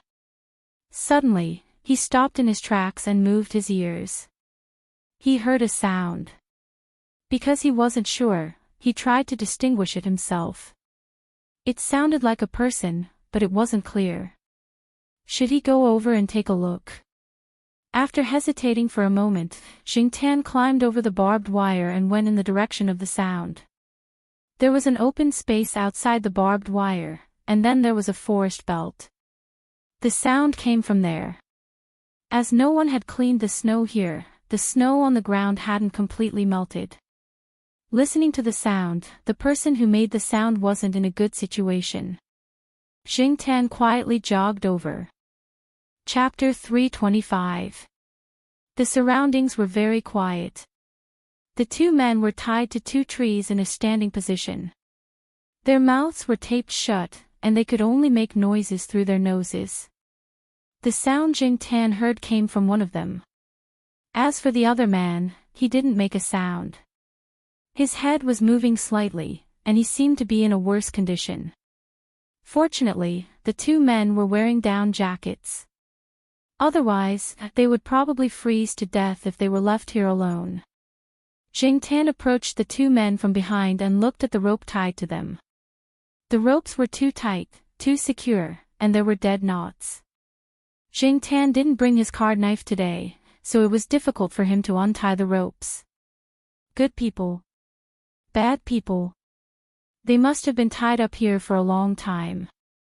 Otherwise, they wouldn't be so cold. The marks around them didn't look like they had just been done. Jingtian slowly walked out from the side and looked at the man who made the sound. He was about the same age as the Jiao Pa. When he saw Jingtian, he was filled with sadness, anger, and anxiety. Suddenly, he was filled with hope. He didn't look like a bad person. Moreover, when the man looked anxious, he looked at the other man who was tied up a few steps away. Obviously, he was worried about the health of the man next to him. As for the second man, he was younger and was also a man. Jingtian felt that this man was quite pitiful. He had obviously been beaten up. The first man had at most a bruise at the corner of his eye, but this man was beaten up like a pig's head. There was blood on his forehead, and he wasn't very conscious. There was a dirt road about 50 meters away from here. There were no cars passing by, and even if there were, the doors would be closed. It was hard to hear the noise outside. If it weren't for Jingtian, who knew when the two of them would be discovered? Perhaps they would already be dead by the time they were discovered. After Jingtian looked at the two men, he ran towards the orchard.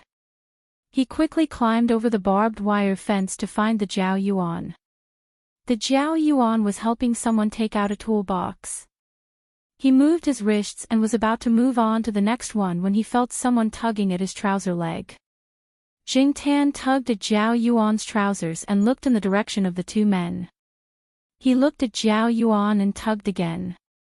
Jiao Yuan frowned and said to Grandpa Jiao, who was chatting with someone not far away, "Grandpa, I'm just taking a walk." "All right, be careful." Grandpa Jiao didn't mind too much. There wasn't much danger in the orchard. The children couldn't stay idle and wanted to look around, so he let them be. Jingtian didn't intend to let little Pomelo follow him. She was still young. What if she met someone with bad intentions outside?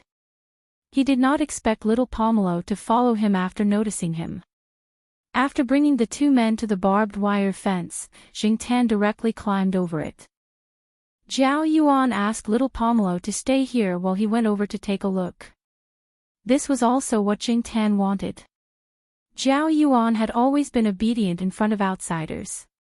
He was a good student in the eyes of the teachers. However, in reality, this guy in Xiong had done a lot of bad things. Even though he was in high school now, he was still doing the same, or even more.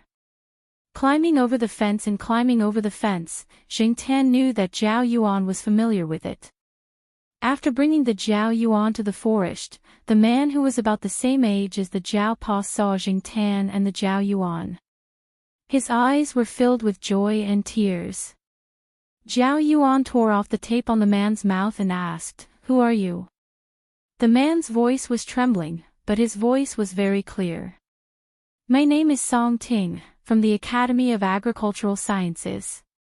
When I came here yesterday, it was already night time. My phone was out of battery, so I didn't call my friends here. I wanted to take a taxi to the experimental base, but I didn't expect to be robbed. When we arrived here, the other two men and the driver tied us up here. They had knives and sticks in their hands, and they took our phones and wallets. Our IDs were in our bags, and they took everything away. The young man next to us should be from around here. He came back from work. He resisted and even took a few hits for me. He's not in good condition right now, and he needs a doctor." Zhao Yuan did not immediately believe the other party's words. Although he felt that the person in front of him was a good person, he had seen many situations where people were bitten after saving people. Now, he was only a high school student, and no one else could help him. 2 days ago, the news reported that after saving people, he was hit into the snow by the other party with a stick. He had to be vigilant, so he needed to prove this person's identity again. Therefore, Zhao Yuan didn't continue to ask about the man's identity. Instead, he quickly asked him a few questions about the anti-freeze care of fruit trees. He had learned a lot about this from Grandpa Zhao over the past few days. Song Ting's eyes lit up. He didn't think too much and answered casually. Whether he was an insider or not, he could tell from the way they spoke that they had their own way of using words. Many villagers working in orchards didn't know how to use professional terms. After confirming this, Zhao Yuan didn't waste any more time. He took out a universal knife from his pocket and untied the man and the other man. He asked Song Ting to wait here while he quickly ran back to the barbed wire fence. He briefly explained the situation to little Pomelo, and then little Pomelo ran back to call for help. Looking at the two men, they were tired, hungry, and in the cold and wet environment. They had been outside for too long, and it wasn't easy for them to walk.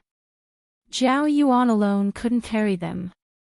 Little Pomelo had been to the orchard a few times, so she was familiar with it.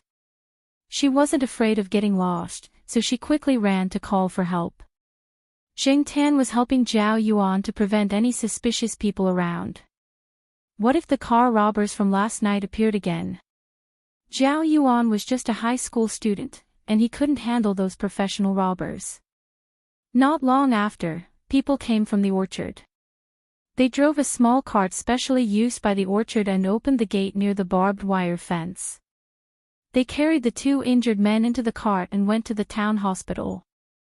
Because of this incident, they originally planned to stay in the orchard until dinner, but now it seemed that they had to change their plans. When it was almost lunchtime, Grandpa Zhao directly took the children back on the donkey cart. Before getting on the cart, Jingtan saw the donkey wagging its tail and shouting beside Grandpa Zhao Yuan. It was different from the sound it made after teasing the cat in the morning.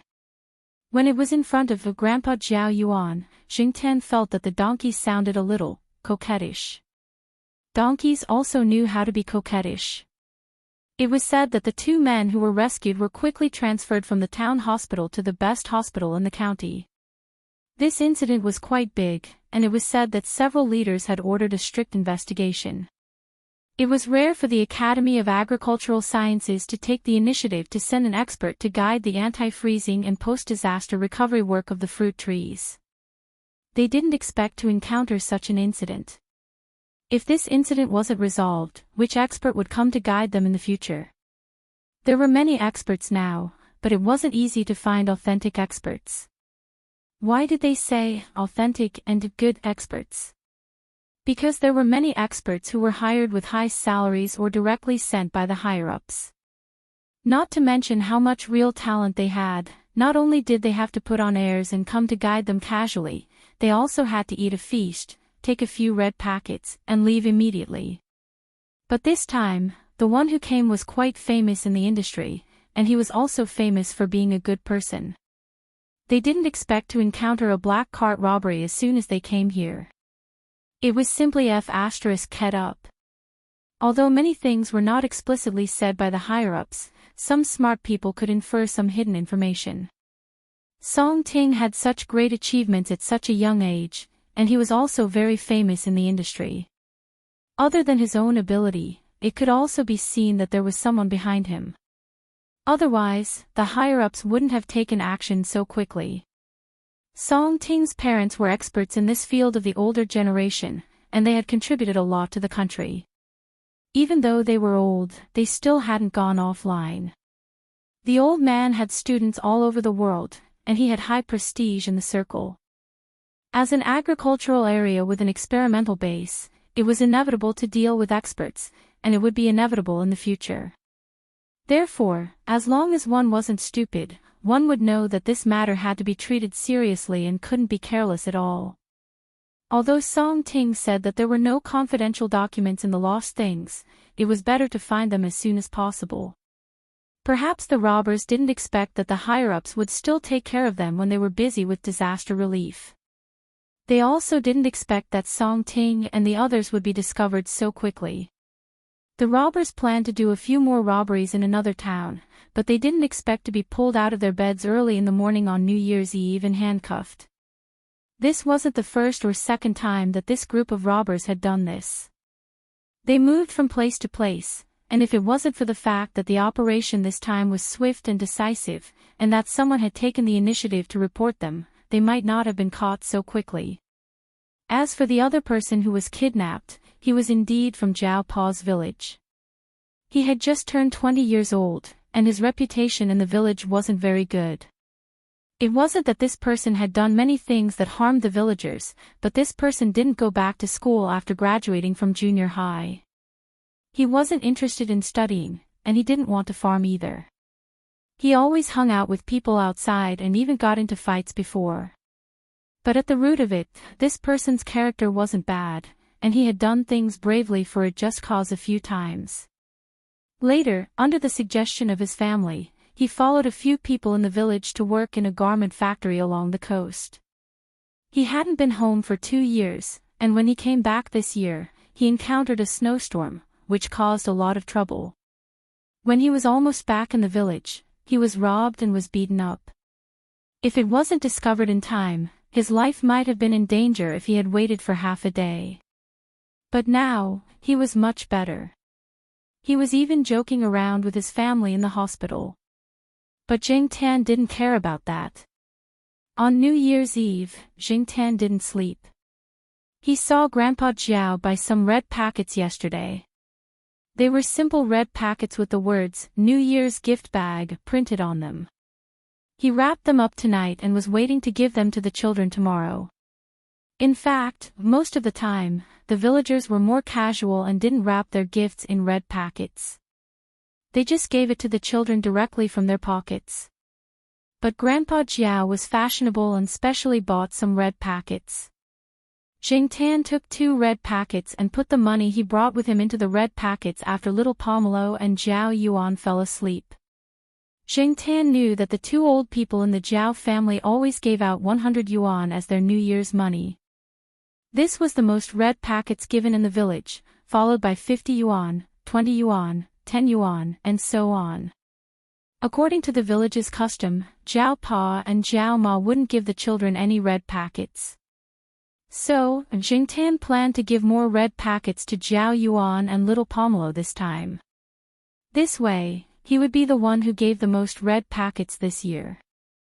Thinking about it made him feel a little proud.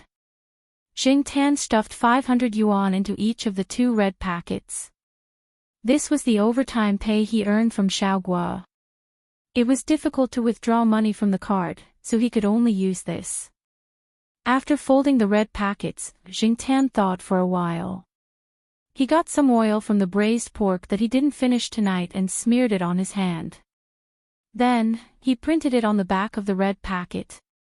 On the back of the red packet, there was a blurry oil stain in the shape of a cat's paw. This way, it wouldn't be mixed up with other people's. Chapter 326. Early in the morning, Jingtan heard the voices of Grandpa Jiao and Grandma Yuan. The elderly were used to waking up early, and they were even more diligent during the new year. No one slept in today. Little Pomelo and Jiao Yuan woke up very quickly. They still had a lot of work to do, and there would be guests at home. However, when little Pomelo and Jiao Yuan woke up, their vision was still blurry. They were yawning when they smelled the smell of red braised pork. Breakfast was usually bland, so the 2 kids wondered if it was red braised pork for breakfast today. When they put on their clothes, they found a red envelope on the bedside.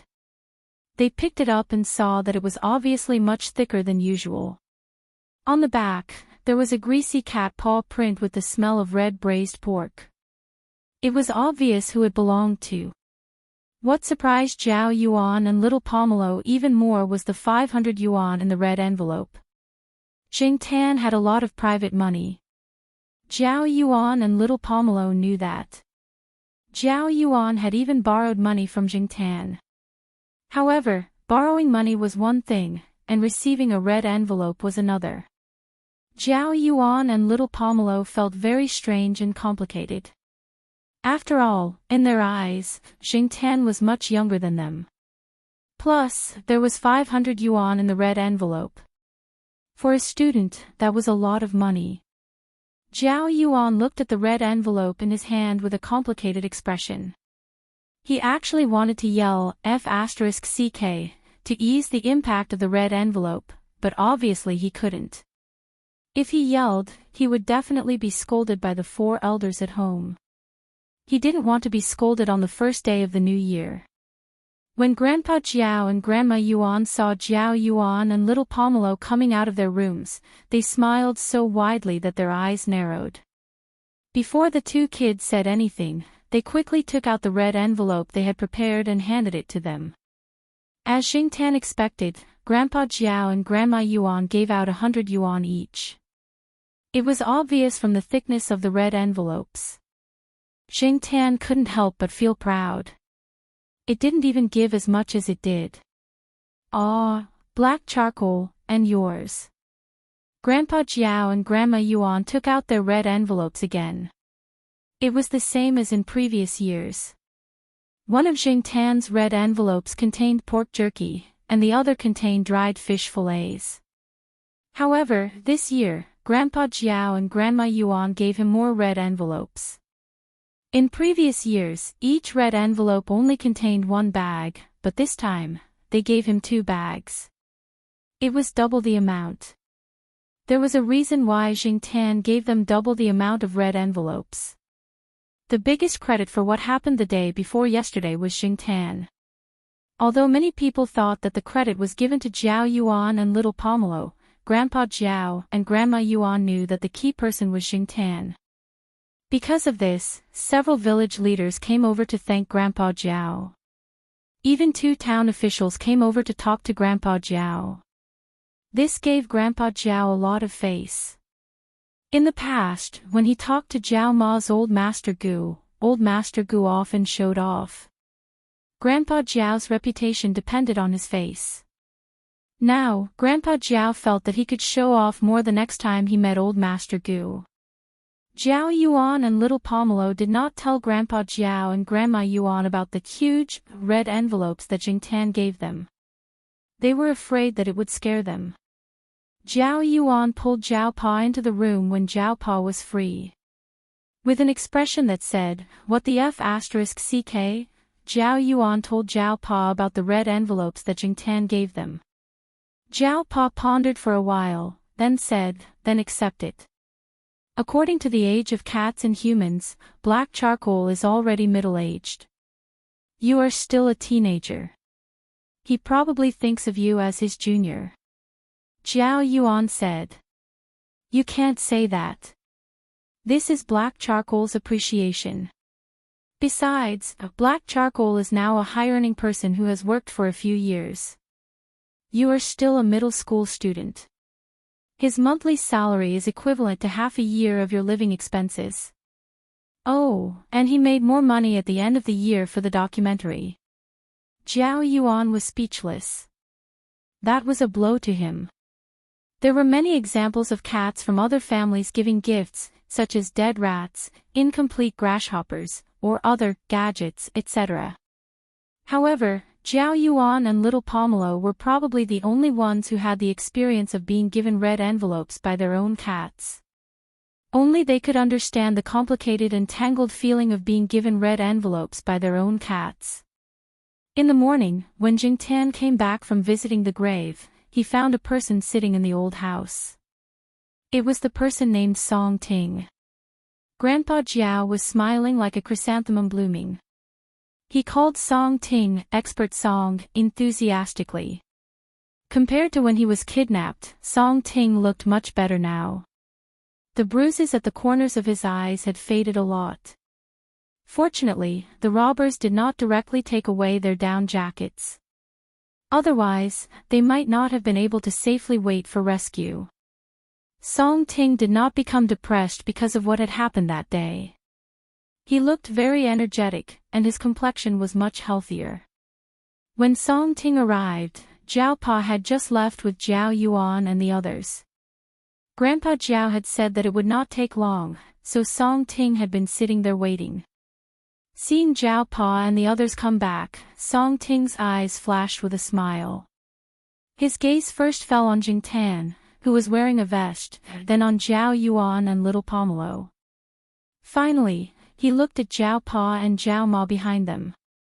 After saying his New Year greetings, Song Ting reached into his pocket. Jingtan's heart inexplicably skipped a beat. He had a bad feeling about this. Sure enough, the next moment, he saw Song Ting take out 2 exquisite red packets from his pocket. They were twice the size of Jingtan's. Moreover, the red packets were very thick. Zhao Pa and Grandpa Jiao could not sit still when they saw this. They stood up and wanted to reject the red packets, but in the end, they could not resist Song Ting's insistence. They nodded and let the 2 children accept it. "Ah, Mr. Song, you are too polite." Grandpa Jiao felt a little pressured. Their village had never directly given 1,000 Chinese New Year's money. After Zhao Yuan received the red packets, he went back to his room to take a look. Then, he secretly gestured to Zhao Pa and Grandpa Jiao to let them know how much was in the red packets. In fact, many of Song Ting's relatives gave their children a lot of red packets. It was normal for them to give 1 or 2,000 Chinese New Year's red packets. However, this was also a process of exchange. No matter how much you gave your children, they would give your children in return. They would send red packets to each other. If they could not give their children any Chinese New Year's red packets, they would put it on other things and add it to the Chinese New Year's red packets. Song Ting did not like to do these so-called reciprocal gifts. In the past, it was his wife who prepared the red packets. However, now that his wife had gone abroad to study for a doctorate degree, the old man was not around to give advice. In the end, he decided to follow the traditional way of giving red packets between relatives and gave each child 1,000 Chinese New Year's red packets. Song Ting wanted to give more red packets. He was sincerely grateful to the 2 children. It was the first time in many years that he had encountered such a situation. Fortunately, the 2 children and the cat had helped him. Otherwise, the consequences would have been unimaginable. He could have given more red packets, but in the end, Song Ting's friends stopped him. Generally, in the village, giving too much red packets would be too stressful. If they wanted to express their gratitude, they could do it in other ways. Therefore, this 1000 Chinese New Year's red packet was the result of Song Ting's friends' persuasion. As for Jing Tan, when Zhao Yuan went back to his room to look at the red packets, he hurriedly followed him. After seeing the red packets, he cursed in his heart. Along with the alpaca, he did not look at Song Ting in a good light. He had originally planned to give the highest red packet this year, but in less than 2 hours, his plan was broken. Jing Tan was so depressed that he wanted to flip the table. At the same time, he was thinking of saving more cash next year to give the red packets. At that time, the red packets would be more exquisite and beautiful. Someone came to look for Grandpa Zhao, so he asked the Zhao Pa to stay here and talk to Mr. Song. After the Zhao Yuan and little Pomelo were called away by Zhao Ma, there was only the Zhao Pa and Song Ting left. Both of them were professors and were about the same age. Although they were engaged in different fields, they were not completely unrelated. They could also talk about common topics. Jing Tan was sleepy listening to the profound academic topics. When Jing Tan woke up after a short nap, the Zhao Pa and Song Ting talked about the loss of the orchard after the snow disaster. They even talked about donating. Jing Tan had always been a simple-minded person. He had no interest in donating. He did not feel that he should give the money he earned to people he did not know. He also did not need to rely on donating money to earn his reputation. He would rather give it to the Zhao family and his friends. Therefore, when the Zhao Pa and Song Ting were talking about donating, Jing Tan ran out and planned to take a walk outside. This year, the festive atmosphere of the spring festival in the village was not as strong. Because of the snow disaster, many people who made a living from the land were having a headache. The same was true for those who cultivated and raised crops. They were not optimistic and only wanted to try their best to recover some losses. There were also fewer children playing with firecrackers outside. Most of them were helping their families. The income of their families was directly linked to their future education and marriage. Therefore, they gave up playing with firecrackers and went to work. Jing Tan squatted on a big rock beside the muddy road and looked at the villagers who were scurrying away. 2 old men walked past the muddy road in front of him. They were talking and did not notice Jing Tan. Listening to their conversation, it seemed that they were all donating money to a family. The family was not very well off. There were many problems with their tile-roofed house. It was not reliable and half of it collapsed during the snow disaster. Fortunately, they were fine. They barely survived the New Year's Eve with the help of some people. Otherwise, they would have been cold and hungry. Some people in the village wanted to raise money to help them repair their house. Otherwise, they would have no place to live. According to what the 2 elders said, their family conditions were not very good. They were just passable. Their son and daughter-in-law did not agree with donating money, but the elders thought that by doing some good deeds, they could accumulate more merit for their son and grandson. This way, they could live in peace in the future. Many people, the older they got, the more they believed in some mysterious things, such as doing good deeds and accumulating good deeds. It was said that good people would be rewarded and evil people would be punished. Jing Tan used to be very disdainful of this, because in society, there were all kinds of people who cheated, killed, robbed, and stole. They lived in luxurious houses, drove luxury cars, and hooked up with high-quality girls. They lived better than anyone else. On the contrary, some good people lived miserable lives. The failure of education, the increasing pressure of life, and the increasing gap between the rich and the poor made people breathless. Doing good deeds and accumulating good deeds. No, they were more and more convinced that money was above all. As for the process, what did it matter? However, Jingtan suddenly began to feel confused again. He used to think, was it because he had done too many wicked things that he suddenly became a cat? There was a vegetable garden on the other side of the muddy road. Some of the vegetables had frozen to death, but some were still alive on the other side of the fence. Yellow flowers bloomed on the vegetable stalks. They swayed slightly with the wind, adding some vitality and hope to the garden. Jingtan looked at the vegetable stalks and gradually became entranced. Then, a donkey's face suddenly appeared, accompanied by a rather sudden donkey's honking. Jingtan was so shocked that he almost jumped up. The donkey turned its head and wagged its tail as it followed the fifth grandpa. Watching the man and donkey walk away, Jingtan stretched and ran back to the old house. Chapter 327. It was a bank card that the Jiao Pa had specially made for Jingtan. Jingtan's salary and remuneration were all deposited into it.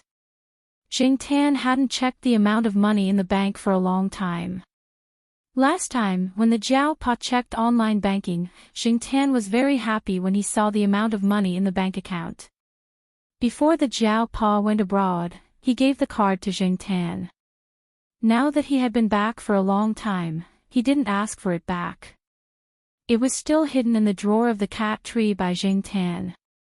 When he left Chuhua City this time, other than some cash and a card knife, the only thing he had in his vest was this bank card in case he needed it. From the beginning until now, the Jiao Pa hadn't used the money in the bank card much. The money in the bank card might not be less than the money in his own salary card. However, the Jiao Pa didn't expect Jingtan to bring the bank card out. What was the meaning of this?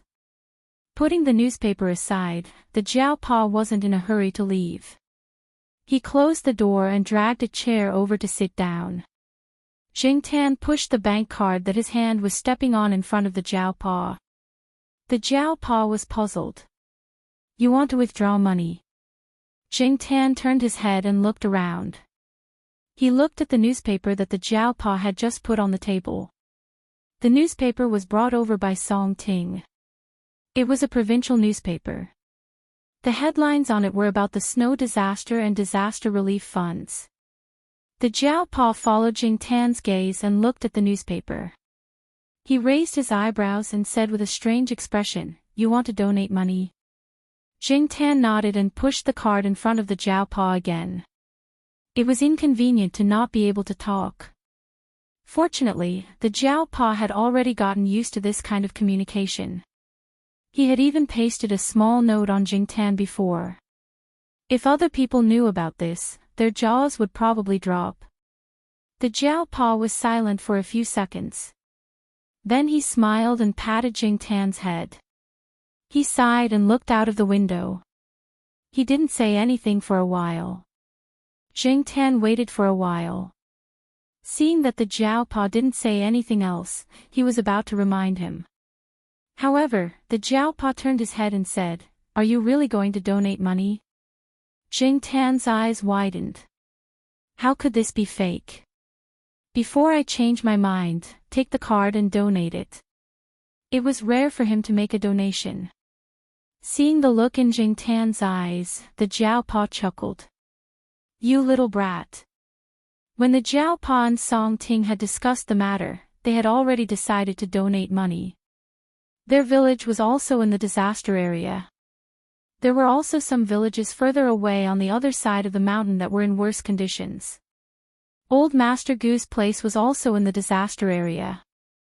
In order to prevent any shenanigans, Song Ting had asked a few of his friends to participate in the donation and monitor it so that those who wanted to make money from the donations would give up early. It was precisely because of this that the Jiao Pa felt at ease donating money. Otherwise, he wouldn't feel safe donating money. These days, there were also shenanigans in charity organizations. If Jingtan wanted to donate money, he could only donate with the Jiao family. He couldn't use another name. Jingtan didn't care about this. Did he want everyone to know that he was the one who donated the money? Someone would definitely think about it. Besides, Jingtan didn't have such noble sentiments.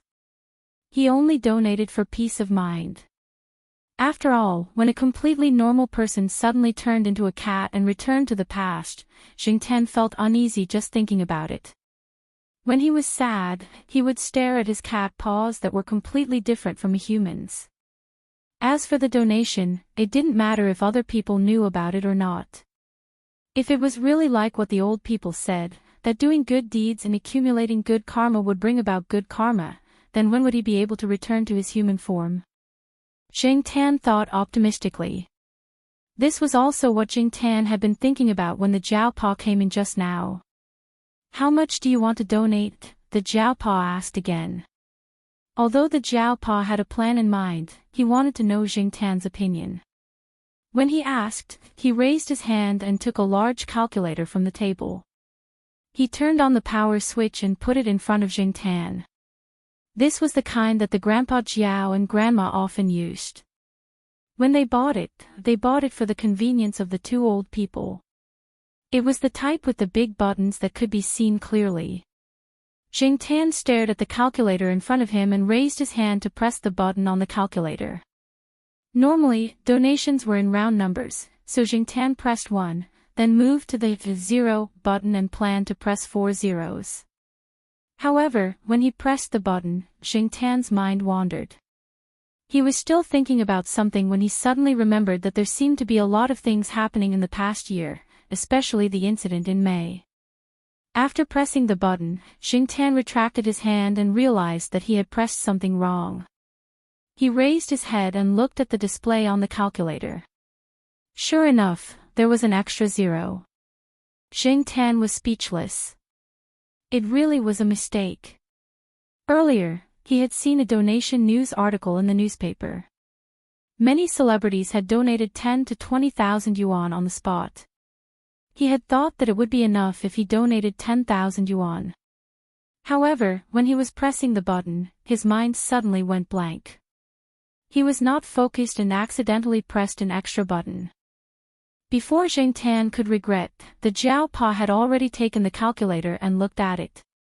Seeing the 100,000 on the monitor, Father Jiao was surprised, which was rare. He knew that before the new year, when his cat was working at the pet center, the overtime pay was only 50 yuan. He had to get 100 yuan. Xiaoguo had joked about it several times when he called him. He did not expect this guy to be so generous. Compared to corporate donations, private donations were much less, especially from ordinary people. 100,000 yuan was a huge sum of money for many people. For this large-scale snow disaster, Jingtian's donation was even more than some of the celebrities' donations listed in the newspaper. Jingtian had a lot of money in his card. In the past, because of him, Yihao had transferred a lot of money. This amount of money still accounted for the majority of the total amount. In the past few years, because of various reasons, Yihao had also transferred a lot of money. Every time, Yihao had been very generous. Are you really going to donate this much? I was going to donate 100,000 yuan. I didn't expect you to do the same, said the Jiaopa, thinking about the New Year's money that the Jiao Yuan had told him. The Jiaopa smiled and shook his head again. His cat was really. Jingtian hesitated for a moment. However, when he thought about the money in his card, he decided that he would just donate 100,000 yuan. He would not change it. Pushing the card back to the Jiaopa, Jingtian jumped off the table and left. A few days later, Song Ting came again. The young man who had been kidnapped with him last time was discharged from the hospital today. He asked the driver to send the young man over. After all, the young man had helped a lot when they were kidnapped. This time, the young man had almost lost his life. After Song Ting learned about the young man's family situation, he recommended a food processing factory along the coast to let the young man work there when he recovered. The young man's family was very happy about the good pay. Taking advantage of this time, Song Ting also chatted with the Jiaopa and brought over the relevant donation certificate. The Jiaopa meant that the 200,000 yuan was a family donation. When he told Song Ting about it, he specifically said, "The money that my cat earns is also included in the donation." Song Ting smiled. He only thought that the Jiao Pa was joking. However, he did have a good impression of Jing Tan. If it were not for Jing Tan, he did not know when he would have been discovered. In addition, on Yuan Ziyi's side, the Jiao Pa would also participate in the company's donation. He did not only donate this amount of money. Because of the disaster in his hometown, he also experienced a lot this time. Moreover, Yuan Ziyi also wanted the company to make a good impression in front of the public. While the Jiao Pa was chatting with Song Ting, Jing Tan looked outside. The car that sent Song Ting here was a private car with a driver. However, the driver was not only a driver, but also a bodyguard. He was afraid that something would happen to Song Ting on the way. However, from Song Ting's words, it could be seen that he had a good impression of this village. He had said a lot of good things about this village. The young man's surname was also Jiao. However, he was also related to the Jiao Pa. Most of the people in this village had the same surname, and some families had the same surname. This was also the reason why the Jiao Pa, who was also surnamed Jiao, addressed the donkey cart driver as fifth uncle instead of fifth uncle.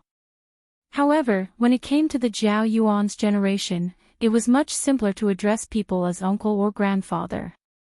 Jing Tan and the others would not be staying here to celebrate the Lantern Festival. Little Pomelo and the Jiao Yuan still had to go back to report. Before that, the Jiao Pa's work had to start in advance.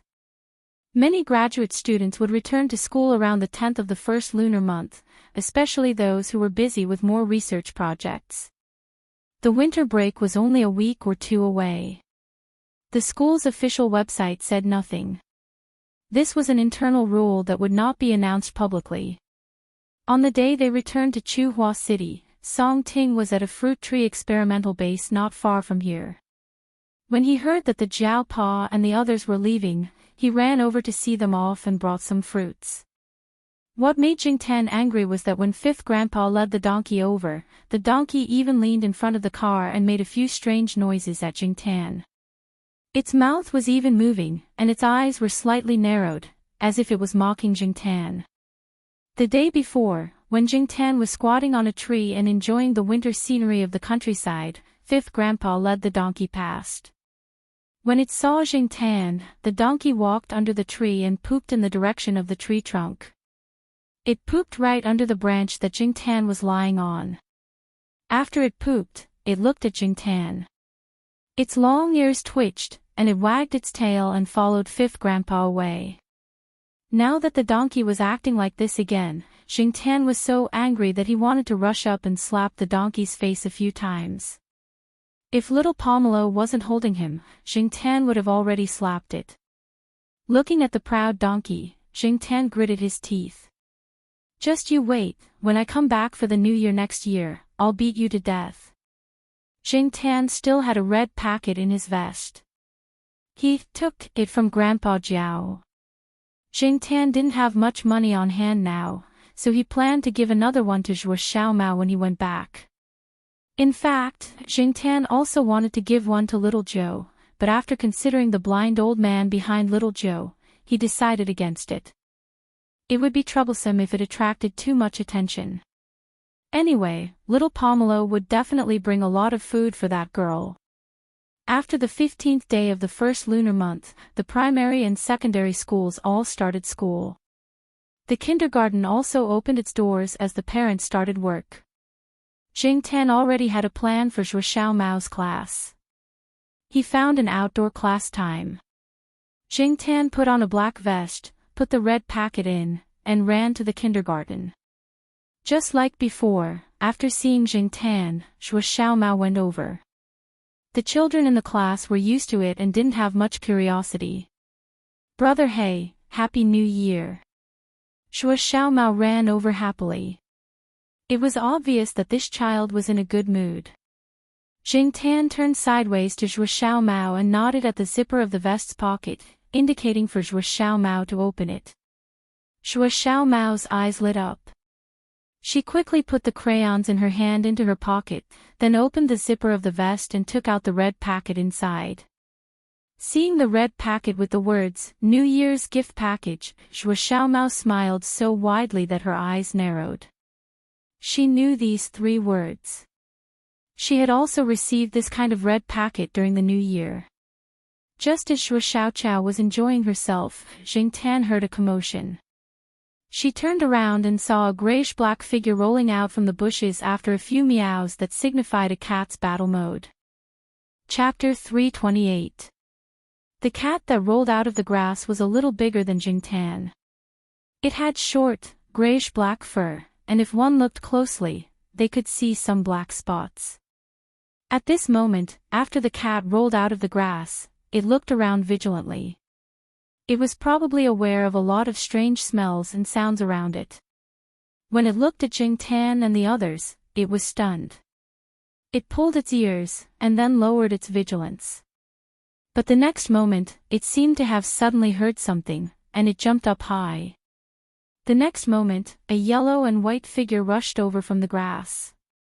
The 2 cats covered their ears, arched their backs, and looked at each other with a look that said, "I'll scratch you to death." Their mouths made the kind of whining sounds when they were on guard for a fight. Jing Tan looked at the clear sky. The weather was getting warmer, and the season of spring was coming soon. The war between males and nature had begun again. Of the 2 cats confronting each other, one was Candy Peanut, whom Jing Tan had watched grow up, and the other was Tiger, who had been adopted by Feng Baijin, one of the tenants of the lakeside villa, who had rolled out of the bushes awkwardly just now. Tiger, whom Jing Tan had also watched grow up, was adopted by Feng Baijin, a tenant of the lakeside villa. Now, although Jing Tan didn't often go to the lakeside villa area, he could hear a lot of embarrassing things about this guy when he went there a few times. It was still the same old saying, "I still remember when it was young and fresh." When it grew up, it was all troublesome. The little guy that Jing Tan had picked up from the alley in the old residential area was now bigger than Jing Tan. It couldn't be helped. This guy had inherited the good genes of its mother, the leopard cat. When it was young, it was not obvious, but when it grew up, it felt different from ordinary cats. Obviously, it was 2 different kinds of cats. When Mao and Qin Tao talked about the leopard cat's tragic experience, it seemed that before Mao gave birth to Huzi, it was brought to a cat-fighting arena. The cats there were all fierce, and Huzi's father was probably one of the cats in the arena.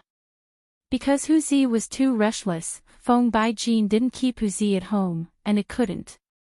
After Huzi grew up, it began to wander around its territory, and Peanut Candy was even less docile. After Mao took black rice away for the time being, Peanut Candy would go to the eastern courtyard and bark a few times. The rest of the time, it would patrol its territory and fight. Now, the territories of the 2 crossed, and the intersection was in the vicinity of Tsinghua University. Therefore, Jing Tan would hear 2 different meows from ordinary cats from time to time. According to what Jing Tan had seen and heard a few times, Peanut Candy usually won when the 2 fought. Huzi, this guy, was often injured, and the more he was defeated, the braver he became. Every time he recovered from his injuries, he would run out and continue to fight. Moreover, every time the 2 of them fought, there would be no other cats within a certain range. Many children also developed a sense of fear when the 2 of them fought. Not to mention children, even some adults would panic when they heard it. In many people's eyes, a cat's cry should be a kind of coquettish meow, as well as a kind of unique cat howl in the middle of the night during certain rippling seasons.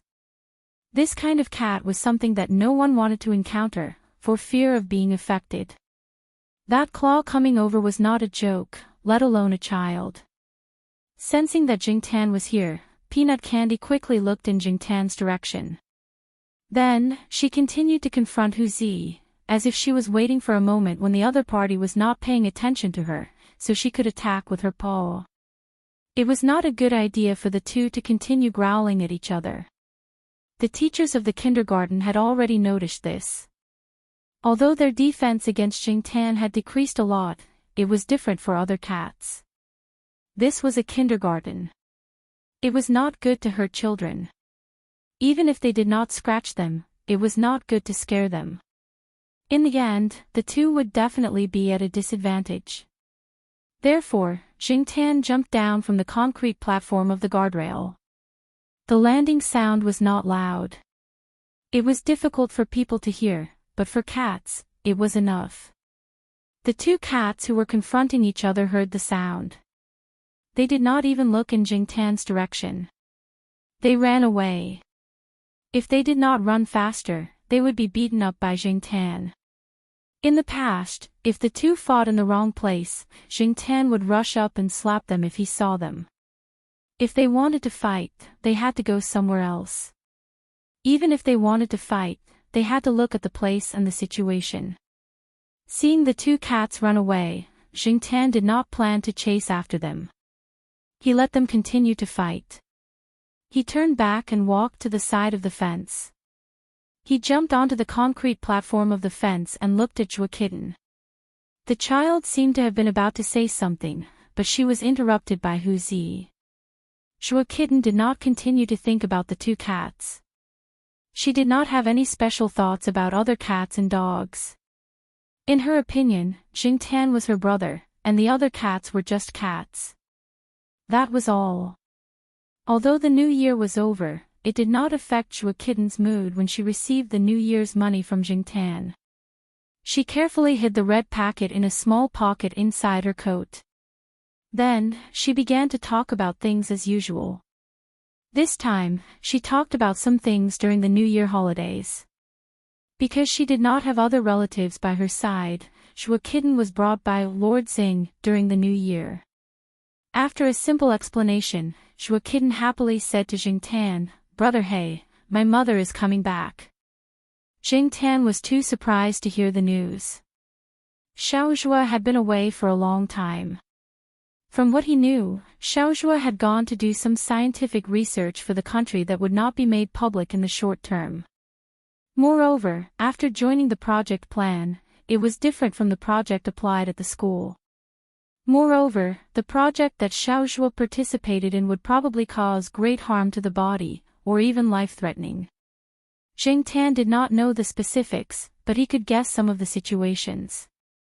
Just like the researchers at the school, sometimes he could hear the students gossiping about who had thinned hair again, who was in poor health, who was a student who got sick because of some kind of experiment.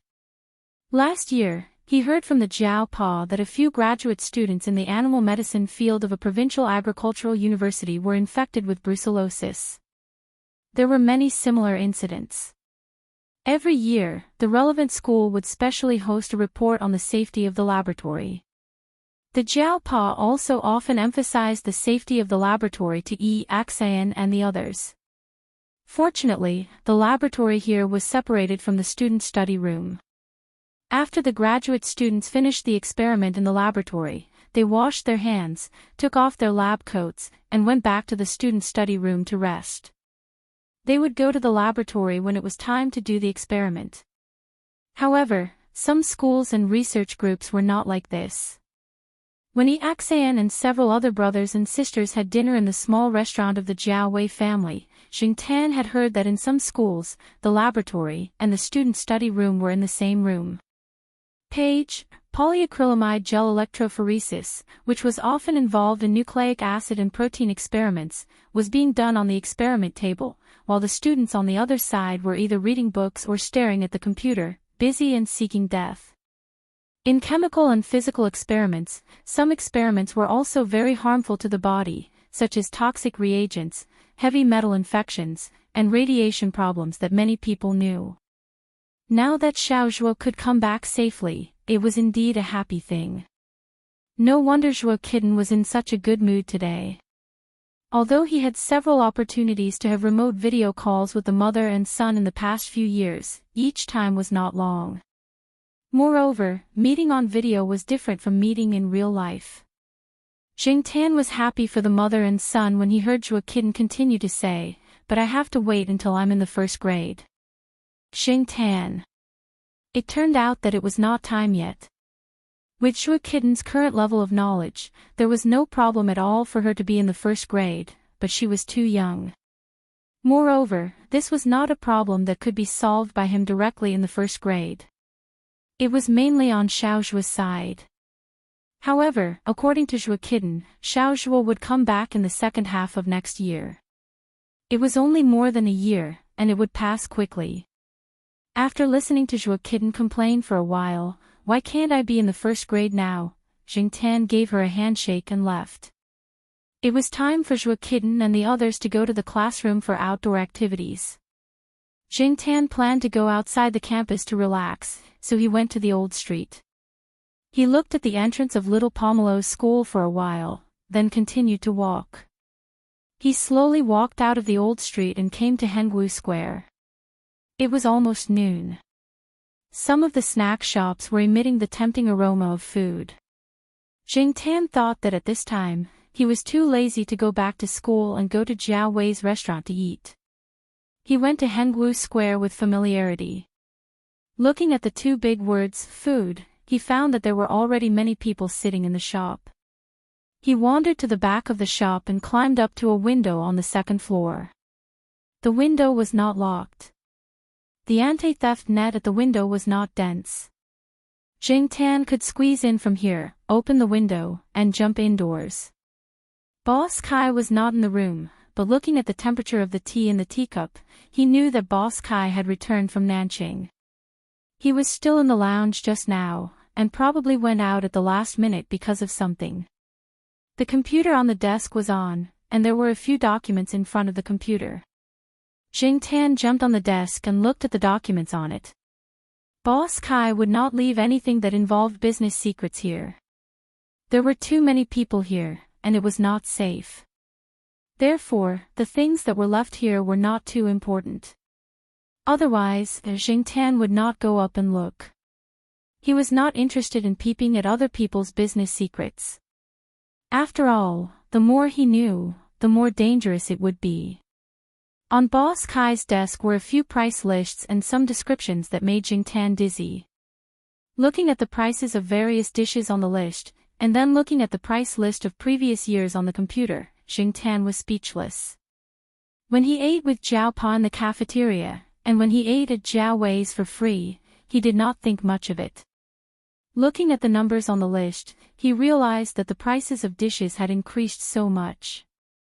With the increase in cost, the price of the dishes in the store should have increased as well. Despite the increase, there were still so many customers, which also proved that taste of food was indeed popular. Jingtan walked along the old street and saw many restaurants. The people in those restaurants might not be as popular as taste of food. He had to admit that food's dishes were indeed good. Below the price list, there were several wholesale prices listed by suppliers. Jingtan just raised his hand and glanced at the top piece of paper. He did not continue to look at it.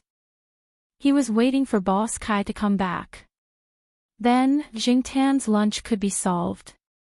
Jingtan did not have to wait for long before the sound of a key unlocking the door rang out.